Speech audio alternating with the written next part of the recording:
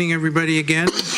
Let me call to order the regular meeting of the Daly City Council this Monday, March 25th. Could you please all rise to say the pledge with me? I pledge allegiance to the flag of the United States of America and to the republic for which it stands, one nation, under God, indivisible, with liberty and justice for all.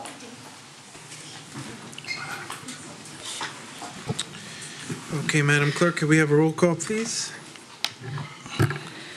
Ms. DiGiovanni. Present. Ms. Manalo. Present. Dr. Rod. Present. Mr. Sylvester. Present. Mr. Buenaventura. Present. Okay, good evening, everybody. Again, for those of you wishing to address the City Council on any item on the agenda or under public appearances, oral communications, please complete a speaker card located at the entrance to the council chamber and submit to a staff member as early as possible.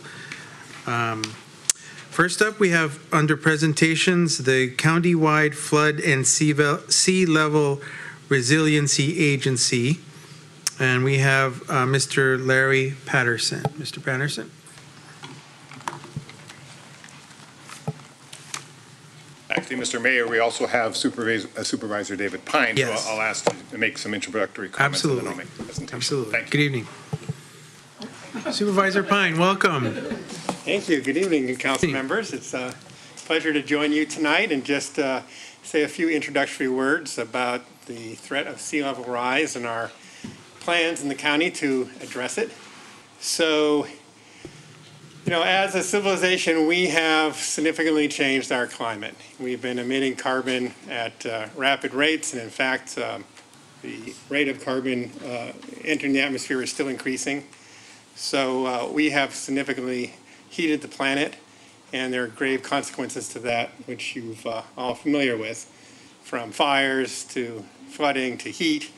And one of particular concern to us is sea level rise because of our geography and our development patterns. It poses a substantial risk to our county and to all of our communities. So we've been working at this for a number of years.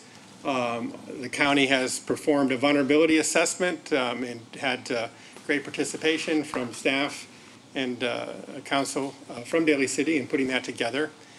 There are a couple of areas which you're well aware of that I would just want to briefly highlight. You know, when we think of sea level rise, coastal erosion is particularly of concern for this city, and in particular the closed landfill at Muscle Rock, which is in jeopardy as the seas rise. Also, the agency you'll hear about tonight it's called the Flood and Sea Level Rise Resiliency Agency. So it also will address, you know, traditional flood concerns, and I would hope it could have a role with the Daly City Vista Grande project as well, which I need to kind of get more current with, but I know it's an important one for your city. So Larry Patterson, as you all know Larry, the former city manager of San Mateo, he has stepped in to help us get this new agency launched. And we've been visiting each of the 20 cities to ask for their support. I think tonight is just a presentation, so we really want to get your questions, and I will be available to talk to each of you after the meeting and look forward to that. And so let me turn it over to Mr. Patterson. Thank you, Supervisor. Thank you, Supervisor Pine. As I mentioned, Larry Patterson, former city manager, but I'm here on behalf of the Board of Supervisors and CCAG Board to present to you the recommendation, the proposal for a flood and sea level rise resiliency agency within the county. Tonight, I'd like to just cover a few things. One is, as Supervisor Pine mentioned, this has been a journey. There were discussions about this back in 2013 with water summits. And following summits, Congresswoman Jackie Speer has been very active in trying to encourage this county to get together and provide a single voice for the county as it relates to flooding and particularly sea level rise. So I want to provide you with a summary of what the proposal really is, kind of the key aspects. Definitely want to answer your questions to make sure before you go consider action on the resolution that's been recommended that you have your questions answered. We'll talk a little bit about the startup of the agency, because it's not that this agency just gets started and is in full bloom. It is really a matter of getting the funding and sustainable funding in place to be able to make it successful over time. And that's what the startup phase is about. Plus, there's some legislative actions that I'll talk about that need to be completed. Break down the funding, which will be important to each council, give you a little bit of background on how that was arrived, and maybe talk a little bit about what if we don't fund it, which is, I think, an important question to ask ourselves. I'll give you an update on where we are with all the other city councils and town councils within the county, so you can see kind of who's acted on this issue and kind of what the status is, and then just give you kind of a heads up for your regular meeting when this comes back to you, the actions that we're asking for. Sea level rise is something where I always think about it as it's one of those things that is far enough off in the future that we have the potential of ignoring it, but it's dangerous. Dangerous because the impacts are significant. And while it's off in the future, the ability to mitigate it takes decades. So we're really kind of at the point where this is a window of opportunity to act, and we should be acting collectively as a county to make the most of the opportunities that are there to advance both sea level as well as flooding and regional stormwater projects.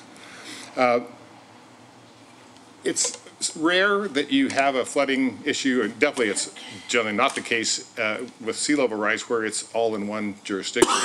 It's a need for that collaboration and cooperation between cities, and for very expensive projects. As I can give you some examples of kind of the dollars we're talking about on some of these projects, but they're in the tens of millions of dollars, approaching hundreds of millions of dollars in some cases. So we've looked at the fact that we have a disadvantage when we go after the needed funds. No local agency would be able to singularly fund the needed projects in most cases. So it's a matter of cooperating together and pursuing grant funding. The message we have both from Congresswoman Spear as well as the Corps of Engineers and others is you're not going to be successful unless you can speak with a single voice as a county. We can't compete with the Santa Clara Valley Water Districts and the others who are very successful in attracting large grants. We need to get in that same playing field. I think there are other benefits here. Part of it is that we have regional stormwater issues and the permits are changing. And there's an opportunity. In fact, we have a letter from the Regional Water Quality Control Board that basically says that they're willing, if we're acting collectively as a county, they're willing to take an improvement in one community and recognize the benefits countywide. That's a significant shift, and that's very important because the stormwater projects, the regional stormwater projects, are also very expensive. And they don't happen in every community, but every community is being held accountable. I think the other thing is, for these types of facilities, most cities don't have the expertise or the staffing depth to be able to maintain them once they're constructed. So it's important to have the opportunity to have another agency that has that expertise, and that's an opportunity that this sea level rise, flood and sea level rise resiliency agency provides. It also provides things that anyone who's been through any kind of a flooding issue, one of the hardest and longest part of a project is not the design or even the construction, it's getting the permits. And so this agency would assist for a variety of different types of permits to assist local agencies. The process, as I said, it started really in earnest in 2013. I guess it's saying in earnest and it's now 2019 makes it sound like it wasn't so much in earnest, but it was. It's just that it's taking a long time for the recognition, like the vulnerability study that was completed, to get people's awareness up to a point where they're ready to consider this type of an action. I think a pivotal part was in the process was that CCAG formed a permanent committee, the Countywide Water Coordination Committee. That committee then appointed a staff advisory team, and that between the committee and the staff advisory team was how this proposal was developed. And it moved the needle forward in a fairly quick way. We started in about June or July, and we had a draft proposal ready for CCAG and the county's consideration by the end of the year. So I think that was a major shift. The Water Committee, I might mention that Mayor Pappen from San Mateo is on that Water Committee and is here tonight just to observe. I think the way that we approach this, and your staff has been very good in terms of participating. There were some outreach meetings. Those meetings were attended well by Daly City. So I think your staff has kind of stayed and stayed informed about kind of what we're talking about and trying to help in terms of providing the input that might change kind of how it benefits Daly City. We do have the endorsement of both the Board of CCAG and the Board of Supervisors, and that's the reason that I'm here tonight, is to move out to the cities and try to gain your endorsement as well. There are two documents. You should have them, or I'll give you a website if you don't have them, and you can download them. One is the proposal, which is a little longer and a lot more words and less graphics, and then there's the executive summary, which is more graphic and kind of a quick way of getting a picture of what this proposal really is. But what it includes is, and this was something that came out of the outreach meetings, there was a clear concern about a couple things. One is that with these types of issues, when you think of sea level rise, there was an issue about, gee, we really think that this is an issue that's broader than what really is normally handled by the Board of Supervisors. It affects any number of incorporated cities. So maybe the governance needs to change. I think the other thing was that people question, do we really need another agency in this county? I think there's a real sensitivity to just providing another agency. So out of that, there were two things that were recommended. One was that that the existing flood control district be modified. So it is not a new agency. It is an existing agency being modified through legislation. And it would be governed by a 7-member board. 5 of those members would be from cities. 2 would be from the Board of Supervisors, so we get the balance between the cities and the county. There would be one of the 5 from the city. There would be each from geographic areas: the north, central, south, coast side, and then there'd be one at-large position.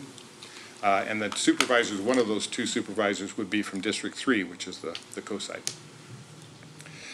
We talked about a 3-year startup. It's ambitious. If it takes longer, we'll be back to everyone to confirm that we're making progress, then it's worth continuing on. But we're setting up a schedule to complete this startup within 3 years. And I'll talk a bit more about what's in the startup and what we get out of that process.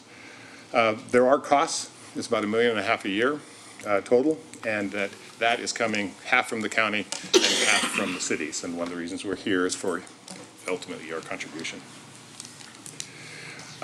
In the startup, I think one of the real pivotal things, of 2 pivotal things, is that we'll have an investment plan. Right now, on a countywide basis, we can't tell you the range of different projects that are needed, what their costs are going to be, and how they might be funded. So it's hard to go out to the public and say this is important to establish an ongoing funding source for this reformed agency without knowing what we're going to do with the funds. And so the second part of it is then taking this investment plan and taking it out to the communities and explaining to people both the vulnerabilities that are there and then also the types of solutions that are going to be required and how we can benefit from speaking with one voice and viewing our coast as one coastline. So that's kind of where this process is headed. As I said, I think there'll be extensive public engagement throughout this startup phase because this is the part about getting councils to endorse the concept, but the ultimate is to get the public to accept that this is something that's important to do at this time. There are 2 things that are going on within the existing, within the county currently that will not be disrupted. Part of the goal is to basically expand the responsibilities of this agency, bring in city involvement in terms of the governance of this agency, but also not to disrupt the good work that's going on right now. So Erica Powell is here, who is managing the flood resiliency program. And that's a program, one of the programs that we need to continue on. And I'll talk about the funding of that work as I go forward. And then those projects are probably very indicative of how the work will ultimately be done when this agency is in full function. And that is that you get communities that have a common need, a common interest, and a willingness to work together, and you organize that around a memorandum of understanding. That's been very successful on the projects that Erica is managing, and it allows the control not to be at the Board of Supervisors currently, but it is actually as the members of the MOU that direct kind of where the projects go and the pace at which they go and how they get funded. The other part is that we have the flood control district. It generates about $3.8 million in pre-Prop 13 property taxes. That money can only be collected in and spent in 3 subzones within the county. And so the concept is that that's work that needs to continue. That's a funding source that needs to be maintained, and we don't want to disrupt that either. The process has been the first part being completed, which is developing a proposal. That's what's being presented to you this evening. The next stage is to get the endorsements from Daly City and the other communities within San Mateo County to move forward with the startup of this organization. And within that same endorsement period is a parallel process to get the legislative changes needed to actually convert the flood control district into the flood and sea level rise resiliency agency. That legislative work is ongoing. There is a bill in Sacramento now being carried by Assemblyman Mullen. That's AB 825. And so you should be able to get that online if you want to look at it. But it basically is an interesting, it won't keep you up at night just wanting to continue reading it. It's really a fairly detailed changes to the legislation that was originally passed in 1959. So there's all kinds of changes that have to be made to the legislation just to make it current, let alone to provide this change in governance and responsibilities. And then we plan by going through this process, we expect to have the cities act prior to the end of June, and that actually sooner than that, and that then the startup phase would begin. The funding, as I mentioned, is $1.5 million. $400,000 of that is in the second row, which is the flood resiliency program, the MOU projects. The $400,000 from the county would be used to maintain the progress that those projects are making. The remaining $350,000 from the county you'll see on the top row on the far right-hand side, which is $350,000 for the startup efforts within this flood and sea level rise resiliency agency. So with the city's contributions of $750,000, that leaves $1.1 million a year for 3 years to get this up and running and sustainable. So I mentioned the bottom row about the flood control district. I mentioned the $3.8 million in property taxes that are currently collected and spent within 3 subzones, but there's also $1.5 million that's collected for CCAG. There were fees that were adopted that are collected on an annual basis that fund the CCAG stormwater program, which CCAG manages this countywide permit for all of the cities, and this is the way it's funded. So that's another thing that we do not want to disrupt within this process. Funding, there are a couple of objectives. One is to try to make the actual cost to individual cities reasonable, and the other is to make it reasonably simple to explain. So there are 3 tiers. You and 3 other larger cities are in the top tier, but the intent was to keep the amount per city relatively small. And I did listen to the state of the city, and I know the financial challenges that Daly City has, as exists with other communities. And so we wanted to make it at a level where on an annual basis it's something that cities could afford. But I think it's also, the way I would look at it is a little differently, which is that there's a definite cost of not doing it. And I think the way to look at your contribution into this process is an investment. And the return on your investment is being able to benefit from a countywide effort to secure grant monies, to help in the permitting process, to help in terms of defining projects and providing some expertise that may not exist in Daly City or some of the other cities within the county. So it is really an investment in the future, and the future's coming at us in terms of sea level rise, and we need to be acting now because these projects will be expensive, and they'll take, in some cases, decades to get both defined, designed, permitted, and actually constructed. So we don't have a lot of time to wait. We need to be acting on this now. So far, the endorsements. The good news is we are batting 1,000. It is nice that the cities have been very supportive. Belmont, South San Francisco, East Palo Alto, Half Moon Bay, Brisbane, Coma, and San Bruno have all endorsed the proposal. Atherton and Menlo Park have had an informational, much like you, they've had their informational discussion, and it'll come back on their agenda in April.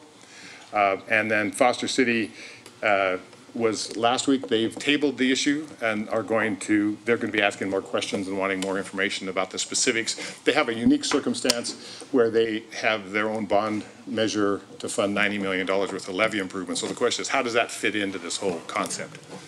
And then Pacifica is tonight, and then Woodside will be tomorrow. So actually, Woodside and Nobrae will be tomorrow. So we're kind of moving through the cities. We should be done by April 17th as it currently stands. That surprised all of us, because when you think of getting to 20 cities, getting on their agendas, getting the meetings, getting action, I would have predicted a much longer schedule, but it has the momentum to really move it forward. And we appreciate this meeting, and then I understand from the city manager, it'll be returning to you in April for consideration of some action. Only two things are being asked for. One is your endorsement of this proposal and your contribution to the funding of the startup phase. And that will be coming back to you through the city manager over the coming weeks. So with that, I'm happy to answer any questions. Supervisor Pine is here as well if you'd like to ask him some specific questions. But we want to let you know that if you want more information, the website on the screen is the place to get it. It was more difficult to find it. It's actually more Googleable. That's a verb or something? I don't know. But if you try through Google, you should be able to find it. But that is the site itself, resilientsanmateo.org. So that provides a little more information than just the proposal and the executive summary. It's also about the process and some of the other information that was created, and it also would provide you an update on what other cities have done with their actions. So with that, I welcome any of your questions. Okay, any questions? Go ahead, Council Member. Thank you, Mr. Mayor. One question I have, I know it was mentioned earlier around having this agency formed, or everyone uniting in San Mateo County, and in that manner we would be able to get these larger federal grants. Within this direction, do we know what the possibility of receiving those grants are?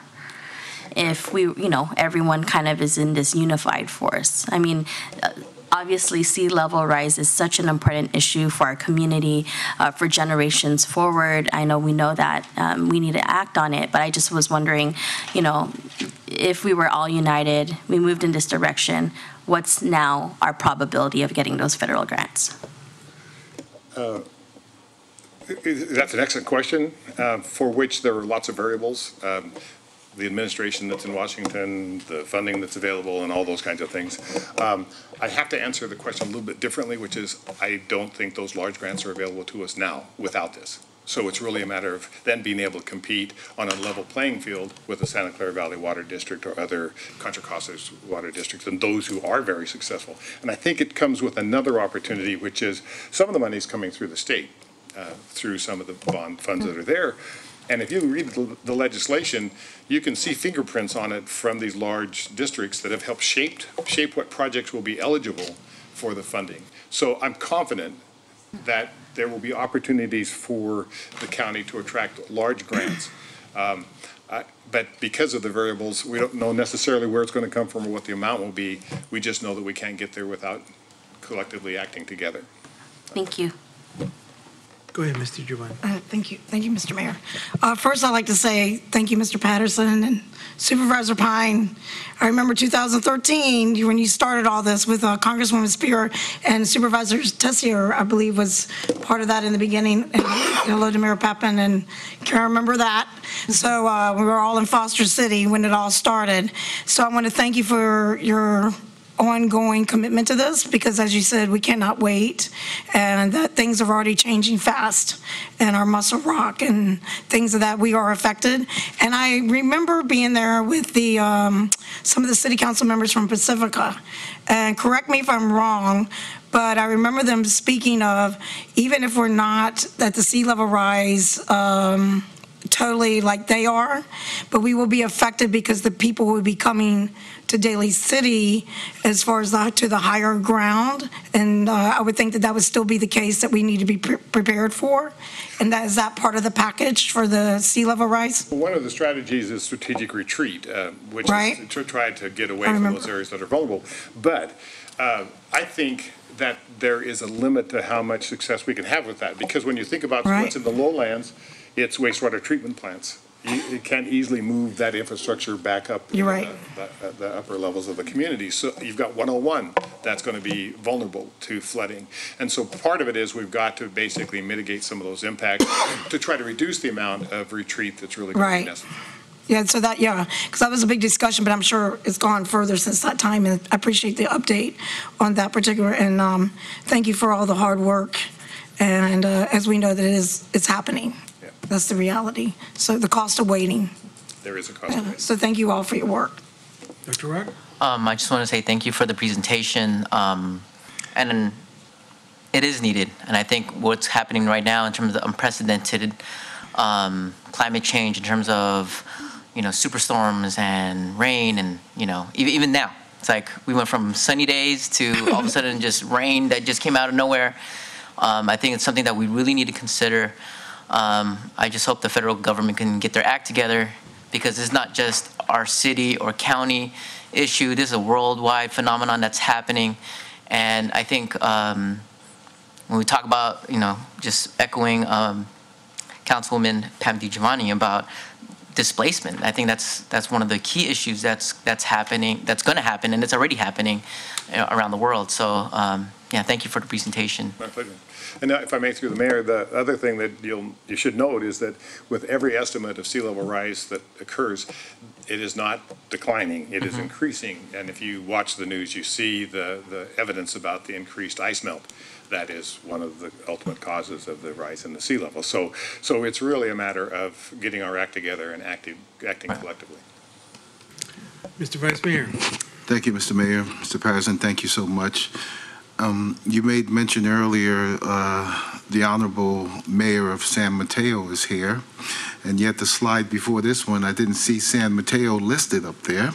So I would like to offer the Honorable Mayor, if she was willing to step up, did Honorable? I could answer that question. Having been in San Mateo, Yes, sir. being defensive here, but Well, I did this for two reasons. One's for you to answer, and two, to acknowledge the Honorable Mayor thank you. from San Mateo. They are scheduled for April 1st Oh, for okay. a study session. All right. And they'll follow that probably at the next meeting, which will be before that 4/17 date that I gave you, with their action item. Thank you so much. Good evening, Honorable Mayor Pappen. Thank you so much. Oh, did you want to come up? No, okay, all right. I have excellent counsel here. All right. As the mayor had said earlier, if you need somebody on your side, I'd be the one to have on your side, but I'm going to shoot straight from the hip and tell you my feelings. Yes, this is sorely needed, but two, I'm looking at the equity based upon here in Daly City. We hold one of the largest populations, and yet the social-economic diversity in Daly City is different than we have in other cities. And yet, just because the city is much smaller, but yet they could be more affluent, they pay less. But we have to pay more because of our population. And I think sometimes that doesn't always work. And even if you couple that with the fact that we may not be subject to immediate effects of sea level rise as some of the other cities who are not paying as much as we are. But I'm just putting that out there. So it's just something that I believe in equity as well for our city, and you even admitted yourself, hearing the mayor's state of address, we are in a structural deficit at this time. So we're going to look for creative ways, but that's a concern that I have as Yeah, well. and if I may, through the mayor, just a couple of things, because there are a couple of pieces to Right. your comments. One is that there is no doubt that the proceeding with actions to mitigate sea level rise and flooding will require consideration economic and social equity, right? Okay. Because if you look at the lowlands, it's different than being up in the hills, and that we have to recognize that as we go forward. Thank you. The second part is that this population-based funding is really only for the startup. We don't have the projects. We don't know exactly how to allocate the expenses any other way. So we've used a traditional way of doing it, which is by population, and that's only for the startup phase.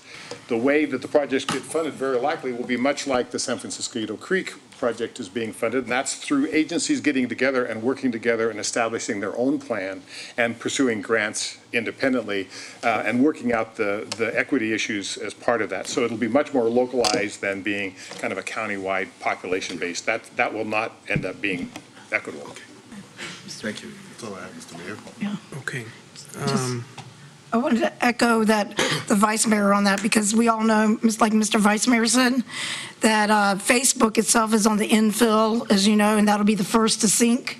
So for them to, they need to pay their share as well. And I'm sure that's already been thought out Right. by you guys as well. So thank you. If I could, through the mayor, we are pursuing Yeah. outreach beyond the city councils. We have a meeting the next week or two with San Francisco Airport. Right. We would think they should be a partner in this process. And then recognizing a range of other issues. We met with the Peninsula Open Space District. They have property interests, but they also have a broader environmental interest Yes. in the success here. So we're reaching out to everyone. I would also, for the Vice Mayor, add to your list that it's different for the coast side for these reasons, where the economic development's been on the bay side. The coast is very concerned about being left behind because they don't have those economic drivers. So we have to balance the fact of basically drawing funds from those who can on the bay side, but we can't forget about the coast side either. Thank you. Any other questions? I have a few. Let me see. Where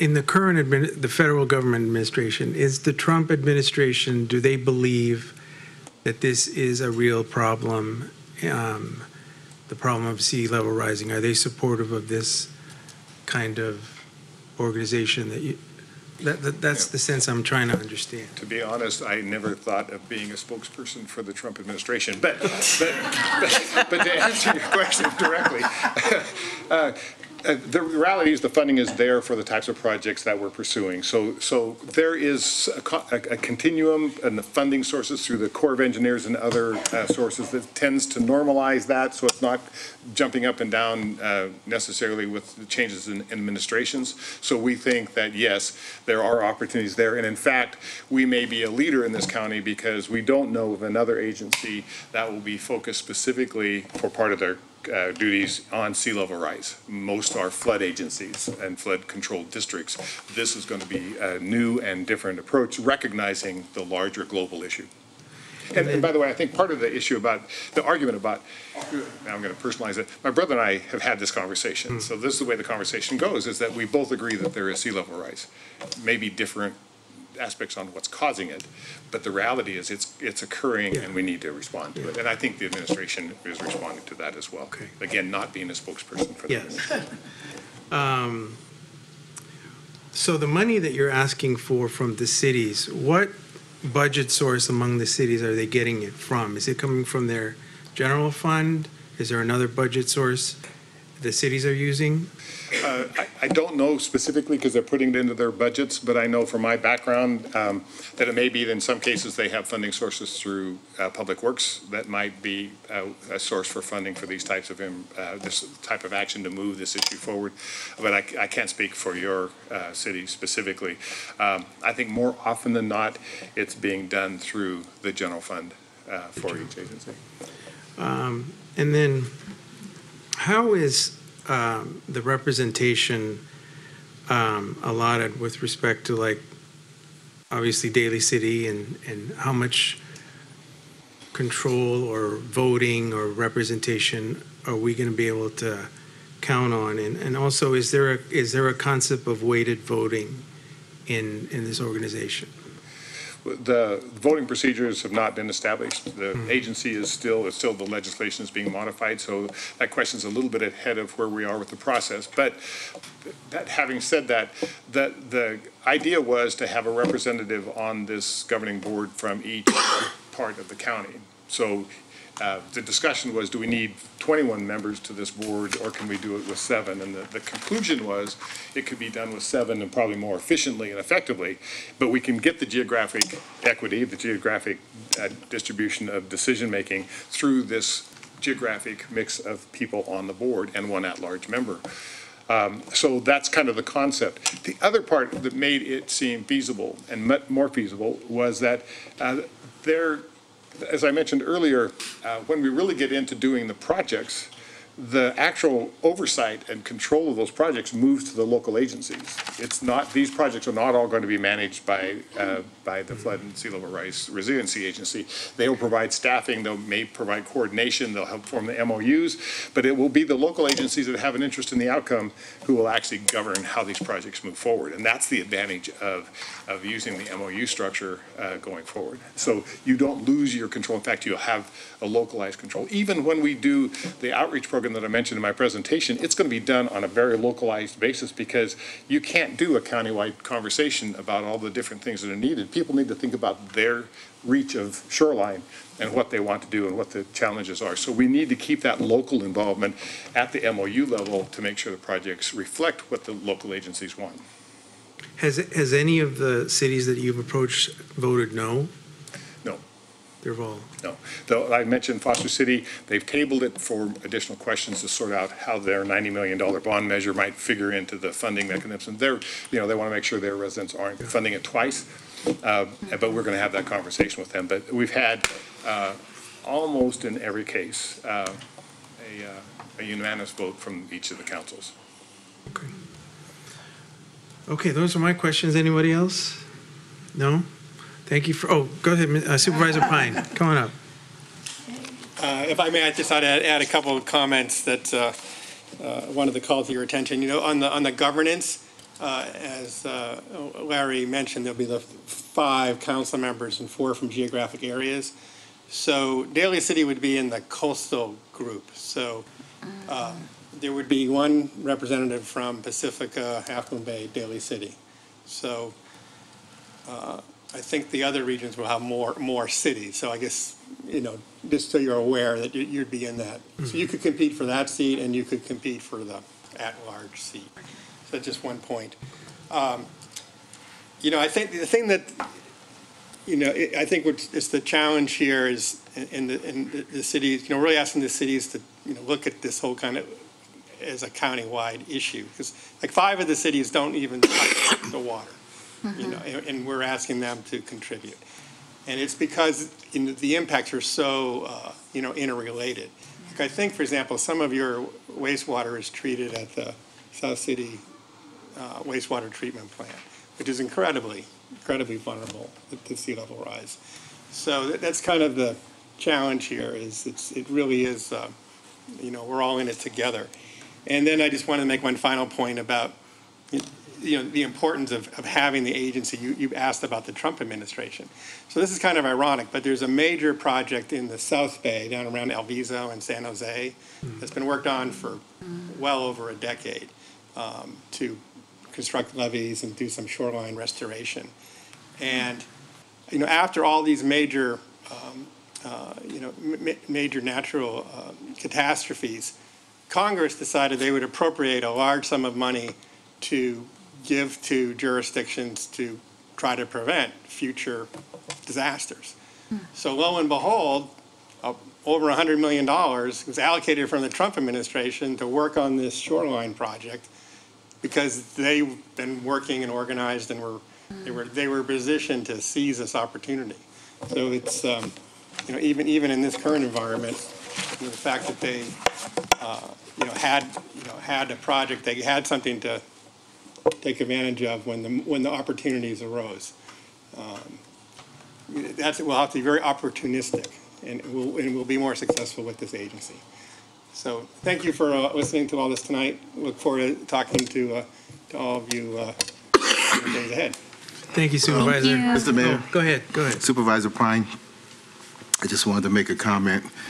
You know, being prior law enforcement, there's a term we have called photographic memory. And in the time that I've known you the past couple of years and being around on certain committees, I just want to say you amaze me in the sense of all the things that you know and all the things that you do and all the things that you remember. So thank you for that. It's been very educational, especially hearing your thoughts about it and your side of the story. I really appreciate it. Thank you so much. Thank you for those nice words. Mayor Pappen, would you like to say a few words? The hour is late. Thank you so much. Thank you. All right. Night, that was good. Well, thank you all for coming. That was very informative, and it's an important topic, and I'm sure we're going to be very interested in the meeting that's going to come up and us discussing it further. So thank you for being here and for sharing, and it's been very helpful. Okay. So let's go on to, I don't think I have any speaker. Okay, approval of the minutes of March 11, 2019. Can I get So a moved. Mr. Mayor. Yes. Oh, I'm we have sorry. a modification. I have a modification. Okay. And just on page 5, I can send the modification to the city clerk. It's just a swap. It just needs to switch to read an excerpt from Disrupt 2.0, where she was asked to write a chapter. It's just a modification because I didn't attend the event and they asked me to write a chapter. So it's just a modification in that. I can send you the details. Great. With that modification, do I have a motion? We have it from Vice Mayor Sylvester, seconded by whom? Second. By Ms. DiGiovanni. All those in favor? Aye. Any objection? Hearing none, those minutes are approved. Let me go on to the approval of the general agenda. Can I get a motion to approve the agenda? Motion to approve the agenda? We have a first and a second. All in favor? Aye. Any objection? Hearing none, those agenda is approved. Let me go to the consent agenda. Any council member wish to pull an item? Let me see. I don't think I have any speaker cards Are there? on the consent agenda. So with no items being pulled, can I get a motion to approve the consent agenda? So moved. Second? All right, all in favor? Aye. Aye. Any objection? Hearing none, consent is approved. Moving on to public hearings, item number 10, which is the zoning text amendment for the church expansion at 45 County Street. Mr. Von Luck.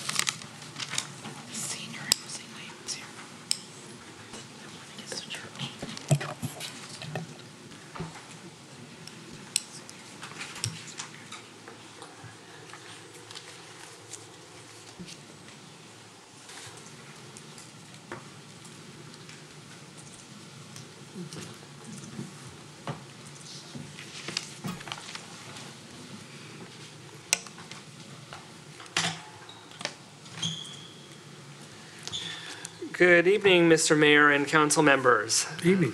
The first item before you this evening is a zoning text amendment and use permit to allow an expansion at the Crossroads Church located at 45 County Street.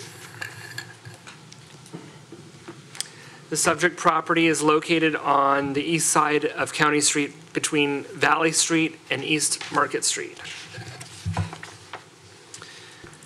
The applicant proposes to amend the parking requirement for churches to allow a rear addition to an existing church at 45 County Street. The church currently operates at the subject site under a use permit and design review approved in the year 2000.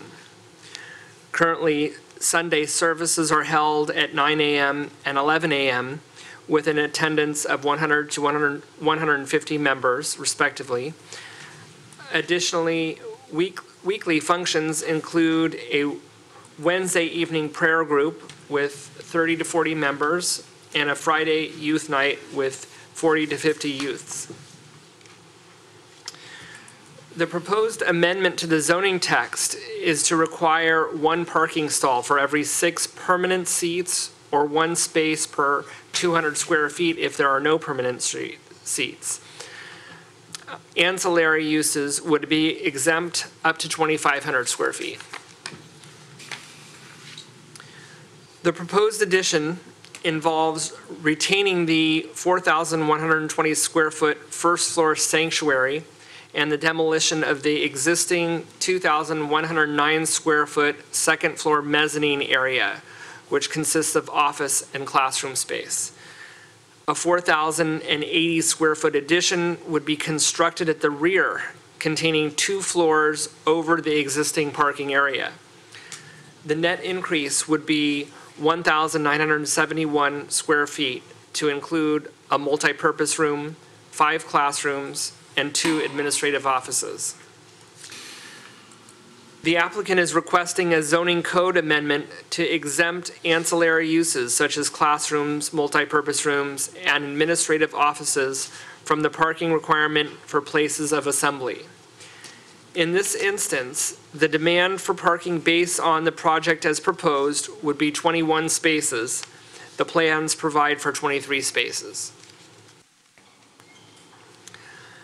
Since the plans indicate angled parking stalls in the lot, staff is recommending a condition of approval which would require a backup area at the southeast corner of the parking lot to facilitate cars being able to turn around before exiting the lot.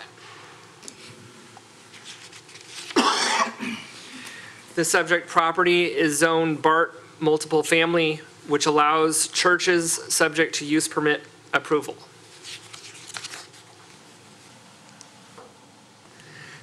The proposed addition is a 4-story building with corrugated metal panels with metal trim elements at the windows, building corners, and floor plates. The building facade will be renovated with a new brick veneer and metal panels matching those on the addition. A new glass entry door, painted metal and glass canopy, and landscape elements are proposed. The site plan indicates on-site surface parking to the right and rear of the existing building. The addition is indicated at the rear of the lot with the ground level to remain as surface parking.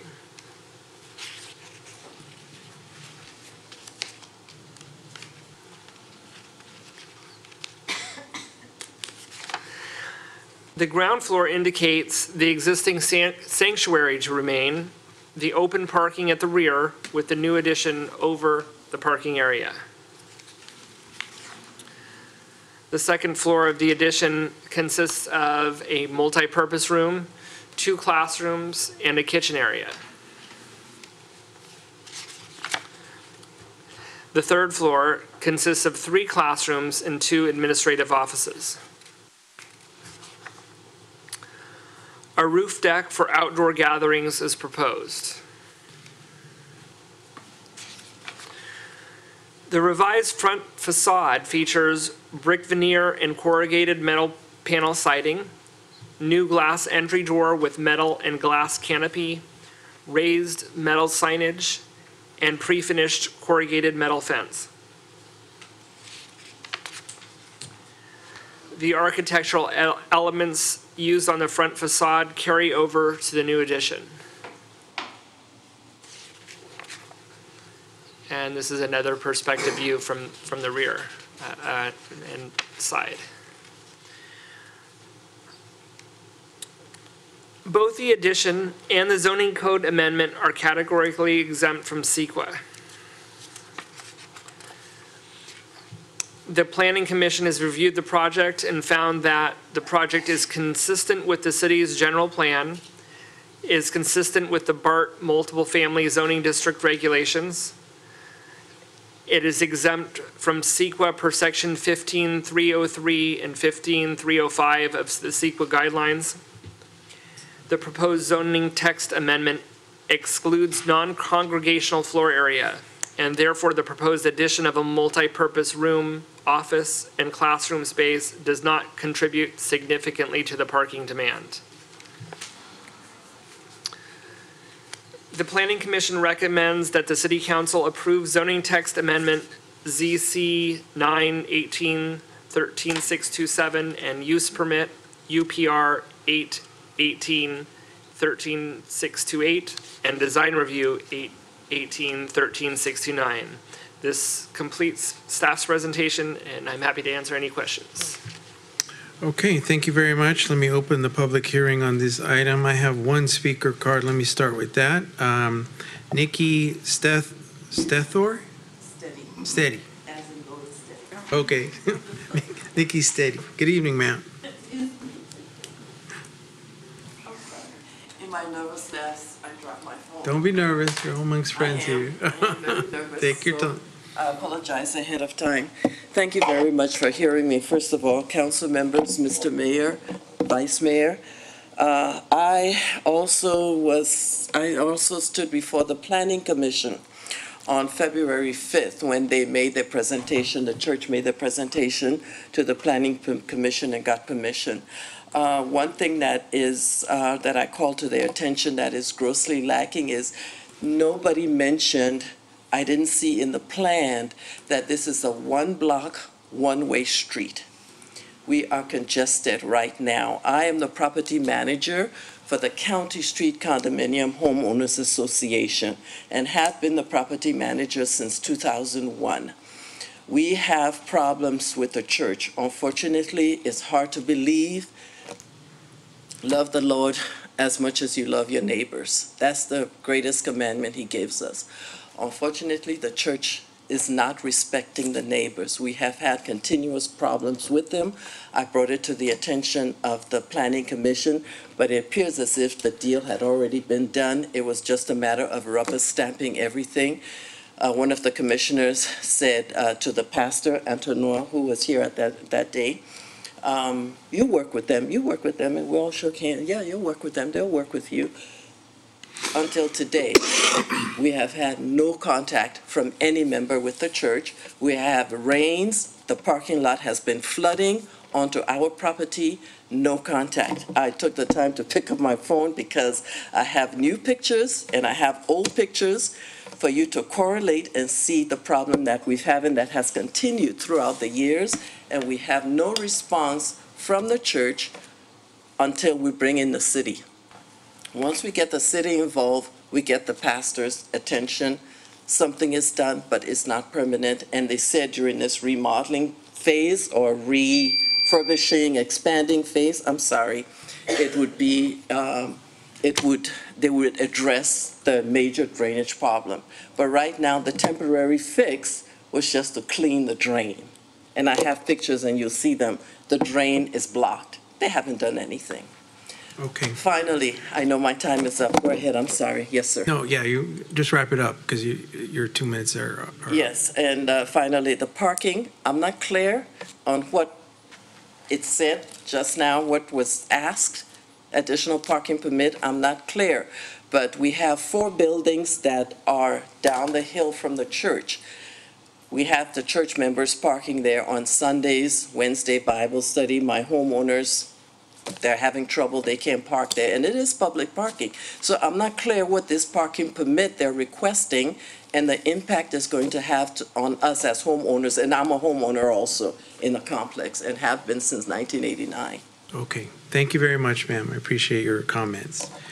Let's see. Yeah. Am I going to have my questions answered? Well, we're going to have a public hearing on it right now. All right, thank you. So, do we have the applicant here? No? Okay. We don't. Do you want to address some of the issues that were raised? So I recall that at the Planning Commission meeting, the pastor was here and had some exchange with Ms. Steady.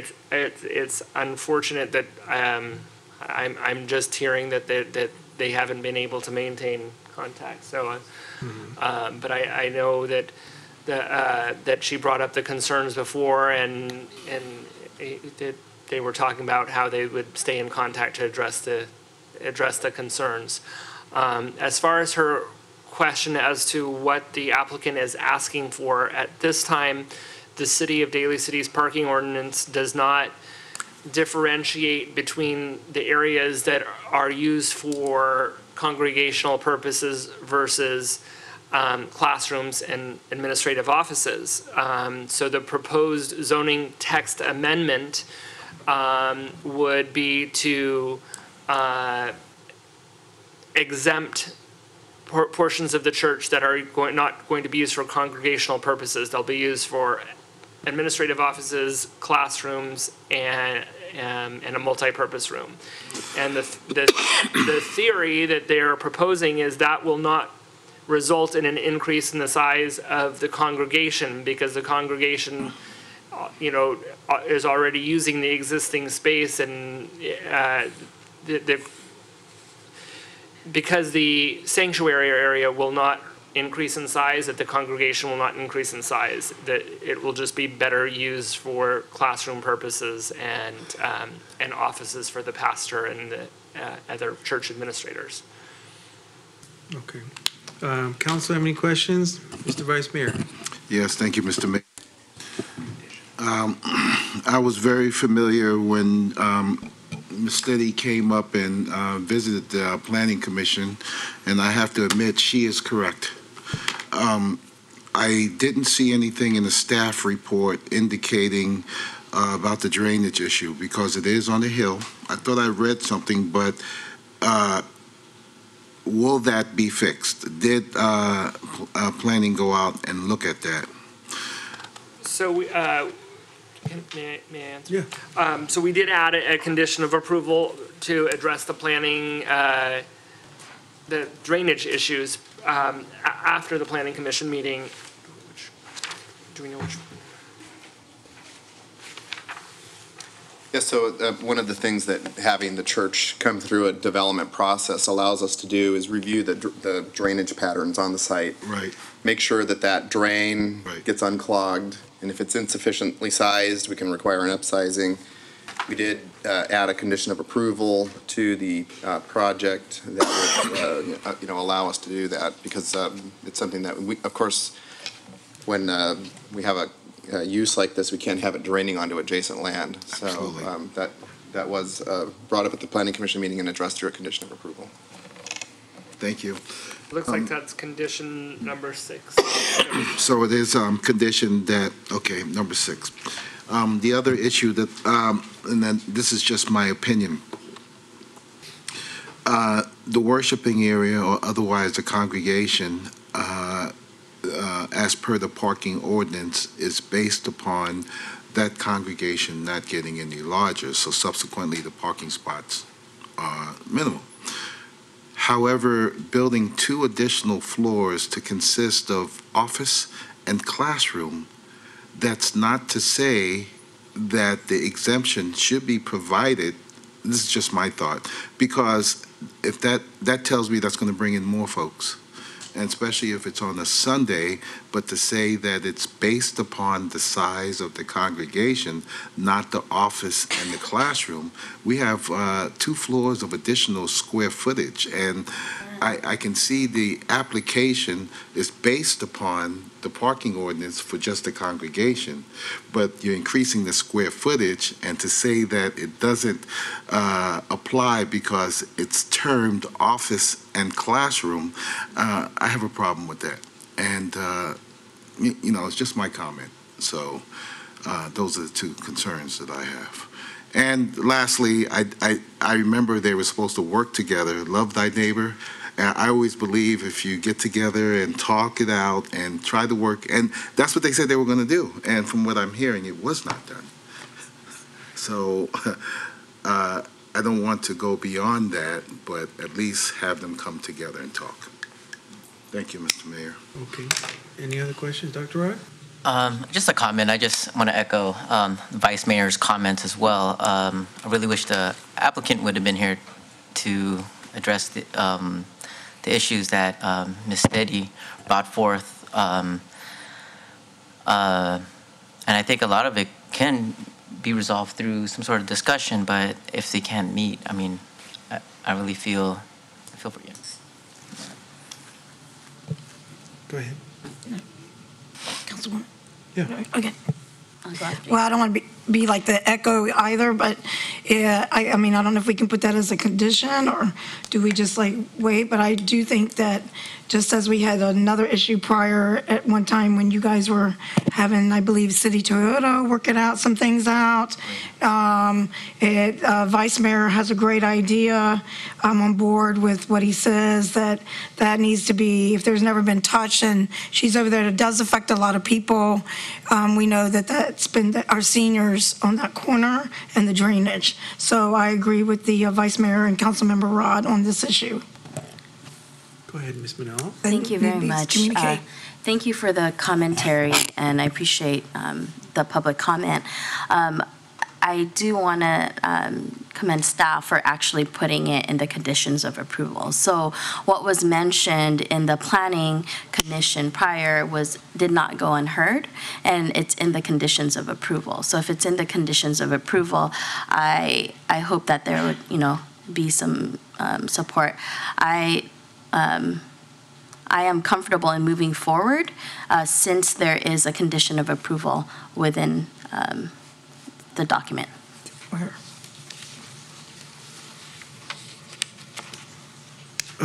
Okay, is there any other questions or comments? Mr. Mayor, can we close the public hearing if there are no Oh, I'm other sorry, speaker yeah, cards? so can I get a motion to close the public hearing? So moved. Can I get a second? Second. All in favor? Aye. Any objection? Hearing none, the public hearing is closed. Okay, so how do I say? I'm not clear on what the will of the council is on this issue. I think the way I see it, well, we have three choices. We can either approve it, deny it, or we can table it to see if the parties can do what Mr. Giovanni is suggesting, which is like a City Toyota deal where they talk it out. So I guess, I'm wondering, is there some benefit to doing that? I certainly don't think it's going to be harmful unless there's some kind of a timetable or limit that we're Given working this is a use permit, if the council is looking at considering some type of continuation, I would suggest we have a date certain as opposed to having it tabled, because Okay, there is I some see. constraints. Okay. But I'd like to hear from my colleagues what motion or what course of action Mr. Vice Mayor is getting ready to speak. Thank you, Mr. Mayor. As to a clarification, a condition of approval is granted based upon, was it item number 6? However, I see nothing, again, in the staff report that folks have come together to talk. I see it nowhere in there. And that's the concern that I have. I would feel much more comfortable if folks talk to each other, bring it before this council. Yes, we have talked and this and that, and it'd be easier for me to make a decision. So rather, as the city attorney made mention, I feel that we should allow some time, not to table this, but to come back before this council, that both parties involved speak to each other and report back to council, say, within 30 days. That would be my recommendation. Ms. Manello. Thank you, Mr. Mayor. Can you kindly read exactly what the conditions of approval that state?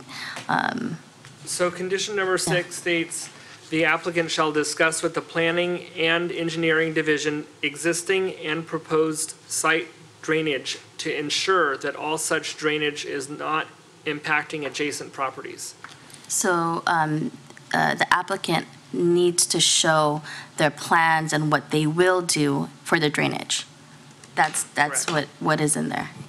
Okay, so that's a condition of approval to kind of help mediate what was the concern of the resident, Correct. which was around basically the drainage. And so they have to come up with a plan in order for them to move forward with any of their plans. They need to show you what they will do to mitigate the drainage concern.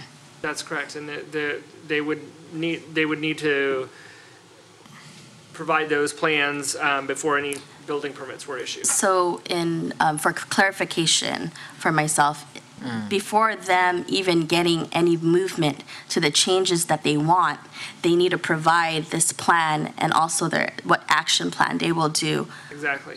Okay, so for me, it's understanding that they won't even be able to move forward without having a plan of action towards the drainage issue. That's correct. Okay, thank you. Go ahead, Councilmember. I think that, I believe, I could be incorrect, and the Vice Mayor, when he was speaking about his concerns, is that I think that also she was concerned about the parking and as well. And then when he mentioned the expansion of the square footage, and if there was any way to make a condition for, I think the parking was a big issue. Can we either address that or clarify that? Because she was saying it's a one-way street and it's already impacted because it's a public street. I mean, it is a one-way street, and right now they have, they have street parking at the curb that I guess is being used by some of the congregation members.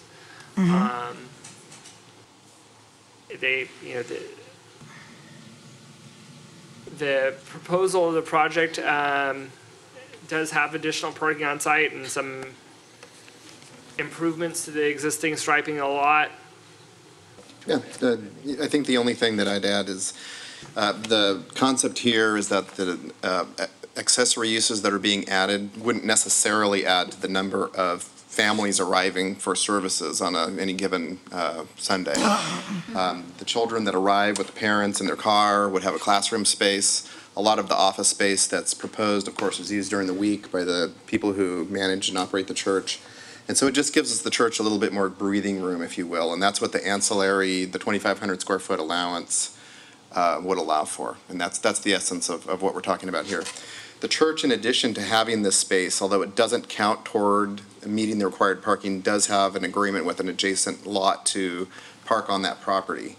But that's not counted, but that is additional parking that's available to the church, at least in the foreseeable future. If I may. Thank you, Mr. Longhausen. Actually, I was going to bring that up. I've been to that location, and I think they do extremely well to even offer valet service. And with the arrangements that they have, and this was discussed at the Planning Division with the Jack in the Box, which they don't mind. And Wendy's. I got it. Have it your way. Okay. No, that's Burger King. That's Burger King. I think I should stop while I'm ahead. Okay, but the hamburger place up at the top. Where's the beef? And if I'm not mistaken, also Bank of America across the street, and I think there's a little auto dealership down there. So I think they're going above and beyond to recognize and have sympathy towards the neighbors. I'll have to say, all too often, if it's public parking, that's available for everyone. And it doesn't belong to any particular people or persons. That's true. And, just being good neighbors is imperative. And, if someone, a representative from, say, well, we'll do our best and try not to park there, I think that would go a long way than not hearing anything at all. Mm-hmm. So I'm just saying, for folks to come together and just talk. You can write down the conditions, but at the same time, if you talk, and like the City Toyota issue, when we brought up the other person, oh yeah, okay, we agree. I said, oh wow. And it made much things easier for us. I just need folks to talk to each other. But thank you for bringing up the external lots, because I've been a witness of it. I've seen it, and I believe the church does an excellent job to try to mitigate parking. And we're talking about 1 day a week. So it can work both ways. Other questions, comments? No? Is there a motion? Vice Mayor. Okay. Go ahead. Okay, I have a motion. Actually have a motion with addition to condition number 6. I'd like to afford the opportunity in moving forward in the meeting with the applicant and also with Ms. Steady, right? Because it's the concern of her, the flow going down to the area, that at that meeting, when the applicant is with planning, that she also would be there, so that there's actually an opportunity for them to be there, because I hear that that is the concern that she's mentioned. Staff has put it in the condition, so with that, I feel like there's an opportunity there to work together, and also that means that in order for this to happen, they will be able to reach their goal. So that is my, city attorney, if you understand what I'm recommending here, in that condition, that I motion to move forward with that, with the amendment to condition number 6. Okay, so we have a motion. Is there a second? I'll second. So, Mr. Mayor, point of order. discussion, go ahead. Point of order, I had made a motion earlier. We did not call for a second because we went right into discussion. Okay. So I believe under parliamentary, this becomes a secondary motion as what's made by Councilmember Manalo. And if I'm not mistaken, then we work on that one before we get to the original. Or am I to withdraw my original motion? Is the original motion a motion to continue this to a date certain? That was the original motion. But that motion takes precedent. Not to table it, but to continue it to a date, because tabling it would. Right, that's Okay. correct. So what's original- the date certain that you were going to ask for? 30 days? I say within 30 days so we can get moving. So let me just make sure procedurally. So we have one motion to continue it to a date certain in 30 days. And then we also have a second motion, which is a motion to approve with the amendment of a mandatory meeting with the parties, essentially. That's correct. So you would take the initial motion to continue first We have as to a take- subsidiary okay. motion, and if that moves, that motion would continue. All right. So let's take the first one first. The motion to. And if I may, through the mayor, if we're looking at 30 days, we're looking at a date certain to a regular city council meeting, so possibly a date certain to April 22nd. Wait, let me make sure that's the April 22nd. Would that be appropriate?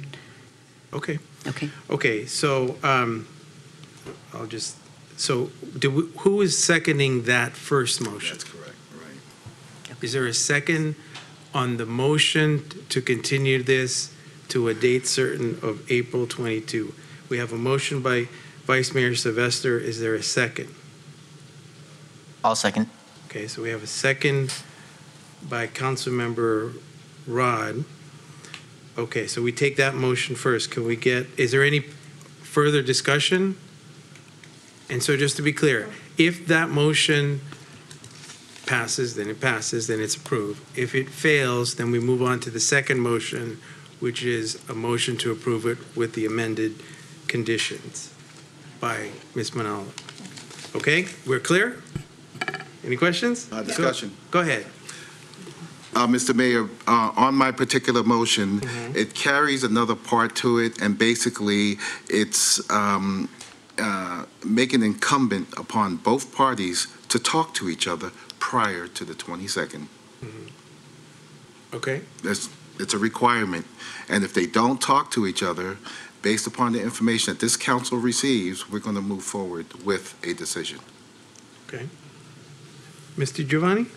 No, I was just comment? going to ask about this is similar to the, like, what Vice Mayor was talking about, the city tour, making sure the parties, then when they came back with the decision, right? Well, City Toyota was different, and that took months. Oh, We're asking for a follow-up within the next 30 days, maximum of 30 days, to come back before this council, and both parties would be here and express their concerns and what has transpired as a result.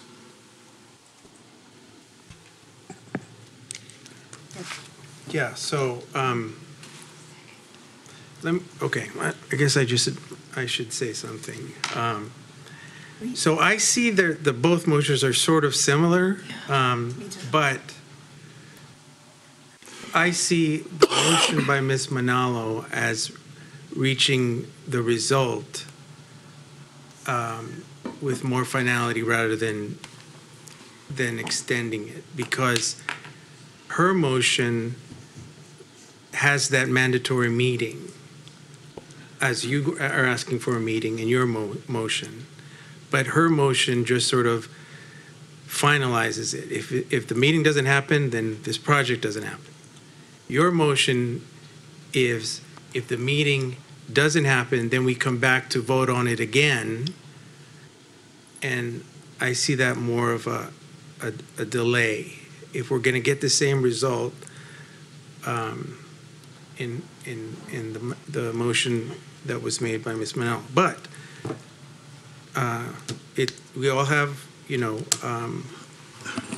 our right to vote and make it better, and I see both of you trying to do the same thing, and so I applaud both of you for what you're doing, but we're going to have to vote. Comment, Mr. Mayor.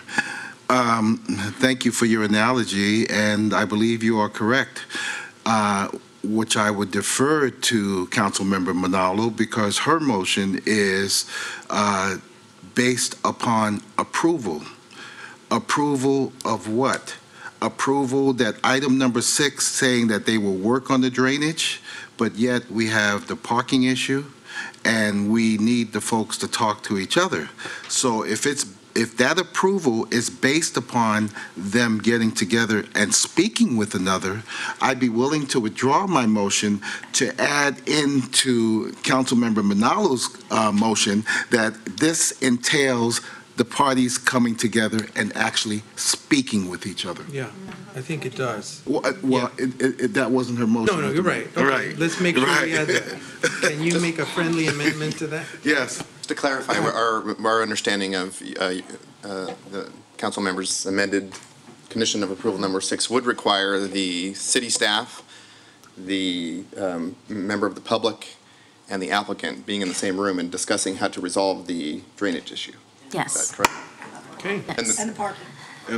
Well, yes. I mean, as mentioned, Vice Mayor, you said the public is, the parking spaces are for the public, but to discuss and what is necessary in a neighborly fashion. I think that, as mentioned, the parking spaces are, in the neighborhood, but anyone can park there. And I think that what I heard from earlier was around the conditions of the drainage. But I mean, in that particular case, I think that, they can also talk about how they can work with one another in a very cordial, neighborly fashion. So that's where. Okay. So with that, Okay. Mr. Vice Mayor? Councilmember Manalo? Yes. Okay. So,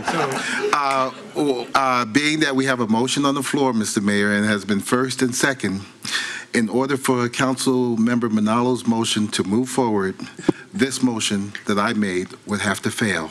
Or could you just withdraw it? You can withdraw. I can withdraw it without taking a vote. You Okay. can withdraw.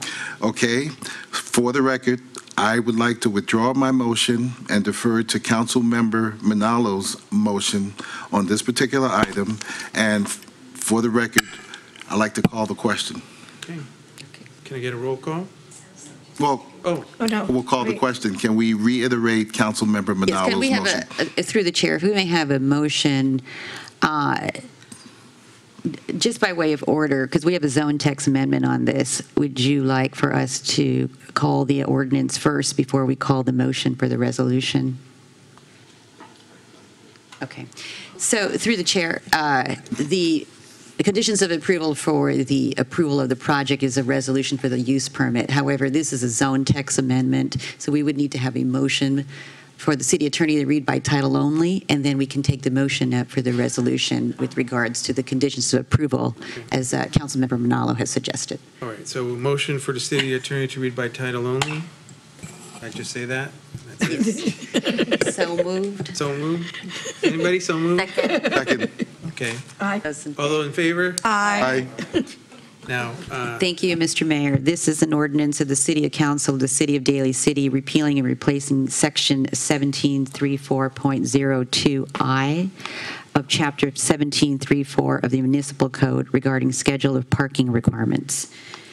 I would request that a council member introduce the ordinance. Ms. Manala, would you like to introduce the ordinance? Thank you, Mr. Mayor. I'd like to introduce the ordinance. Is it UPR 8-18-13628, DR-8-18-13629, with the amendment to condition number 6. That would be for resolution, council member. This is just a zone text amendment. Vote on that. Through the chair, we can now take up a motion for the resolution on the conditions. Okay, roll call, please. Can we repeat the motion? Go ahead. And have a second?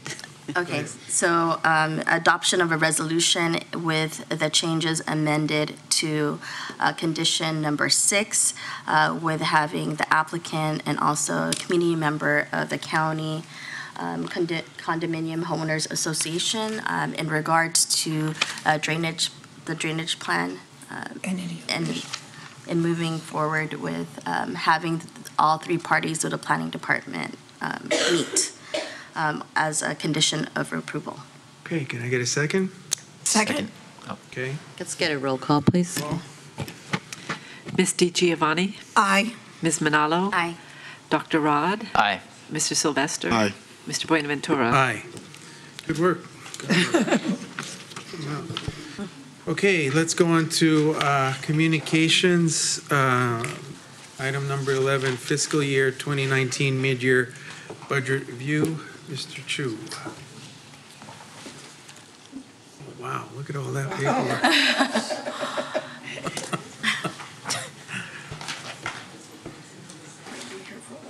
Yeah, Would you like some I think that's scarier than it looks. it does look pretty scary.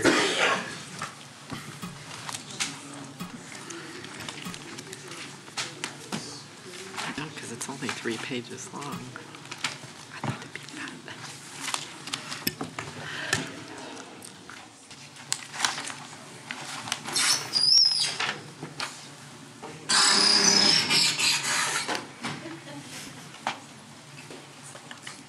What's that?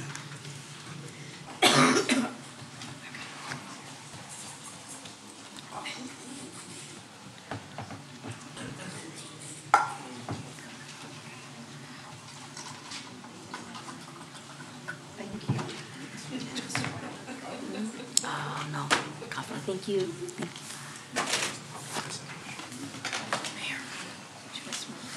Thank you.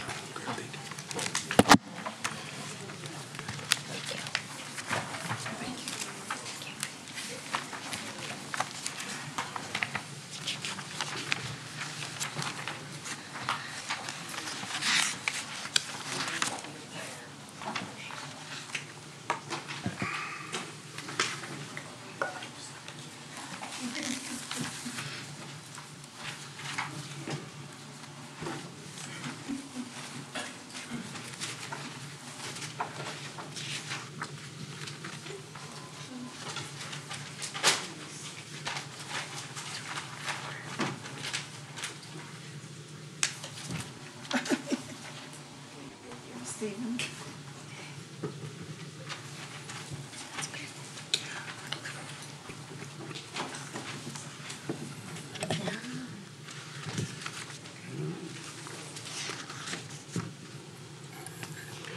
Good evening, Mayor and Council member. Tonight, I'm presenting the fiscal year 2018 mid-year budget update.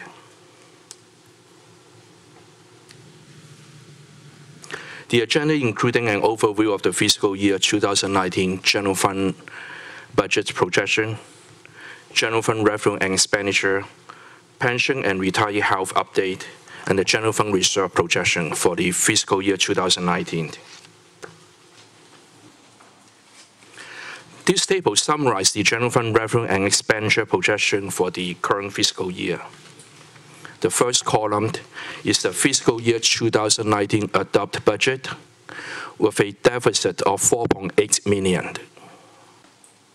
The second column is the revised budget for the fiscal year 2019 that include budget changes approved by the Council during the current fiscal year.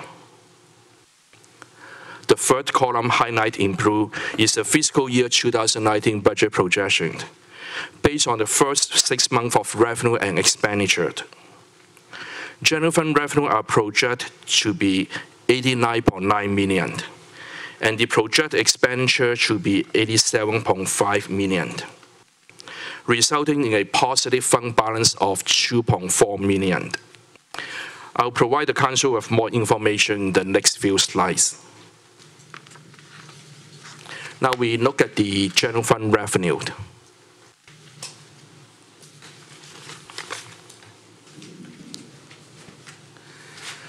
This table shows the performance of the general fund revenue by comparing the projected revenue against the budget revenue. The first column is the fiscal year 2019 revised budget, and the second column, highlighted in blue, is the revenue projection for the current fiscal year. The last two columns are the dollar amount and percentage change from the budget.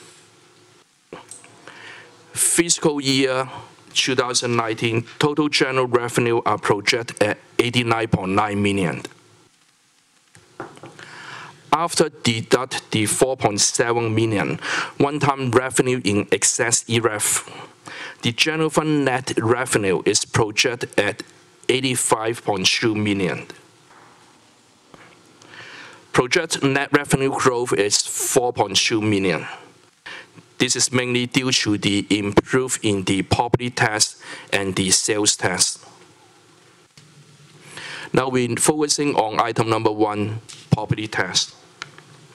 Property tax is projected at $36.8 million, an increase of $3.2 million above the budget due to very strong home sales in the Bay Area and higher property value from the county assessor office. Number 2, sales tax is projected at $14 million, an increase of $1.7 million due to strong retail and auto sales in Daly City. Item 3, UUT is projected at $5.8 million. Number 4, other taxes are projected to increase by $700,000. This is mainly due to $422,000, $420,000 increase in business license, $150,000 increase in TOT.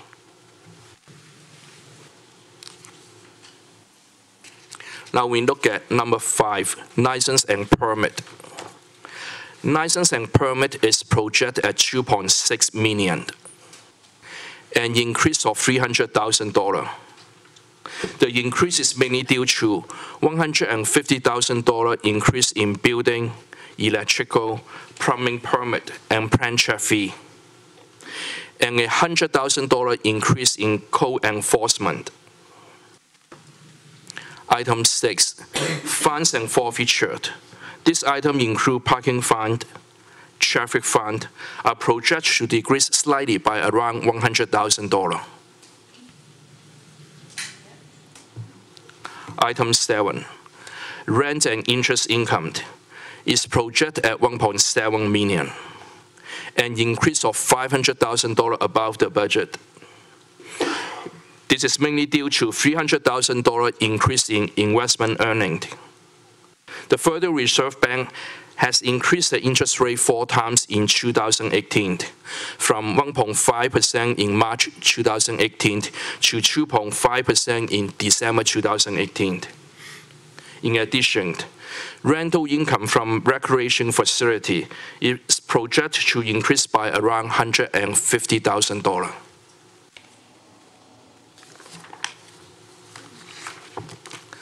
Item 8.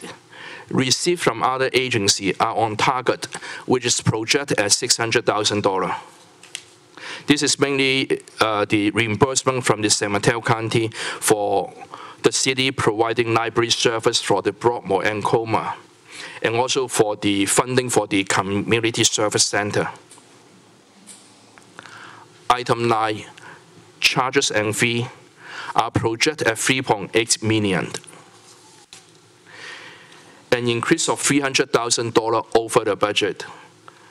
This is mainly due to $150,000 increase in engineering fee and $40,000 increase in planning fees.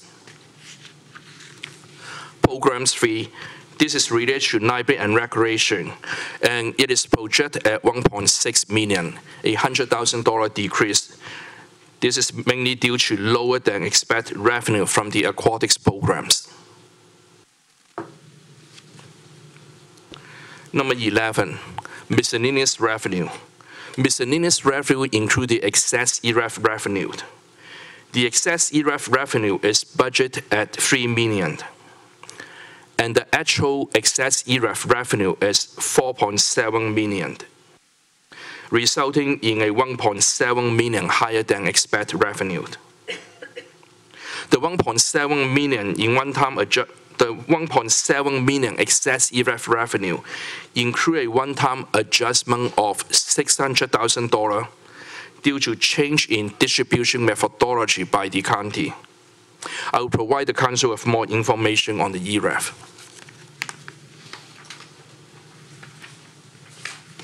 Interfund transfer are on budget target with project at $3.3 million. Now we look at slide number 7, general fund revenue by category. Project general fund revenue for the current fiscal year is $89.9 million. The pie chart shows the city budget heavily relies on property tax, sales tax, and utility user tax. The three major revenue bring in $56 million, or over 63% of the total general fund revenue. And it is important to note that sales tax is highly sensitive to economic downturn. Any changes in local economy will have a huge impact in the general fund revenue. Now we look at the property tax revenue between fiscal year 2007 and 2019. The green bar on the right-hand side is the estimated revenue for the current fiscal year. Since the last recession in 2008, property tax has grown at an average of around 5% per year. Project property tax for the current fiscal year is $36.8 million, which is around $3 million higher than the last fiscal year.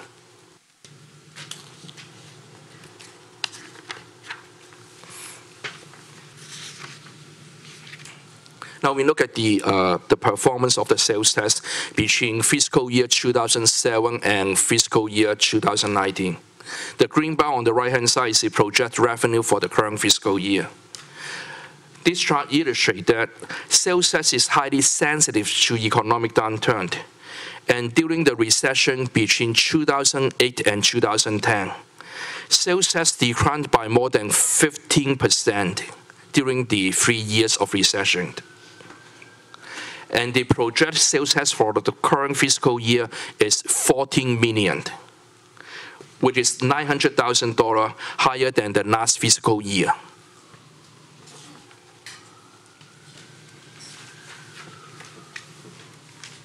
The next slide is the UUT, utility user tax. Projected UUT revenue for the current fiscal year is $5.8 million, which is 15% below the peak level in fiscal year 2008. The changes reflect consumer disconnect landline phone services. Now we look at slide number 11, the excess ERAF. Excess ERAF is based on the state minimum funding requirement to school. Every year, the county and city get back some of the property tax revenue that is used by the school to fund the state to fund local school, when this revenue are in excess of the amount needed by the school.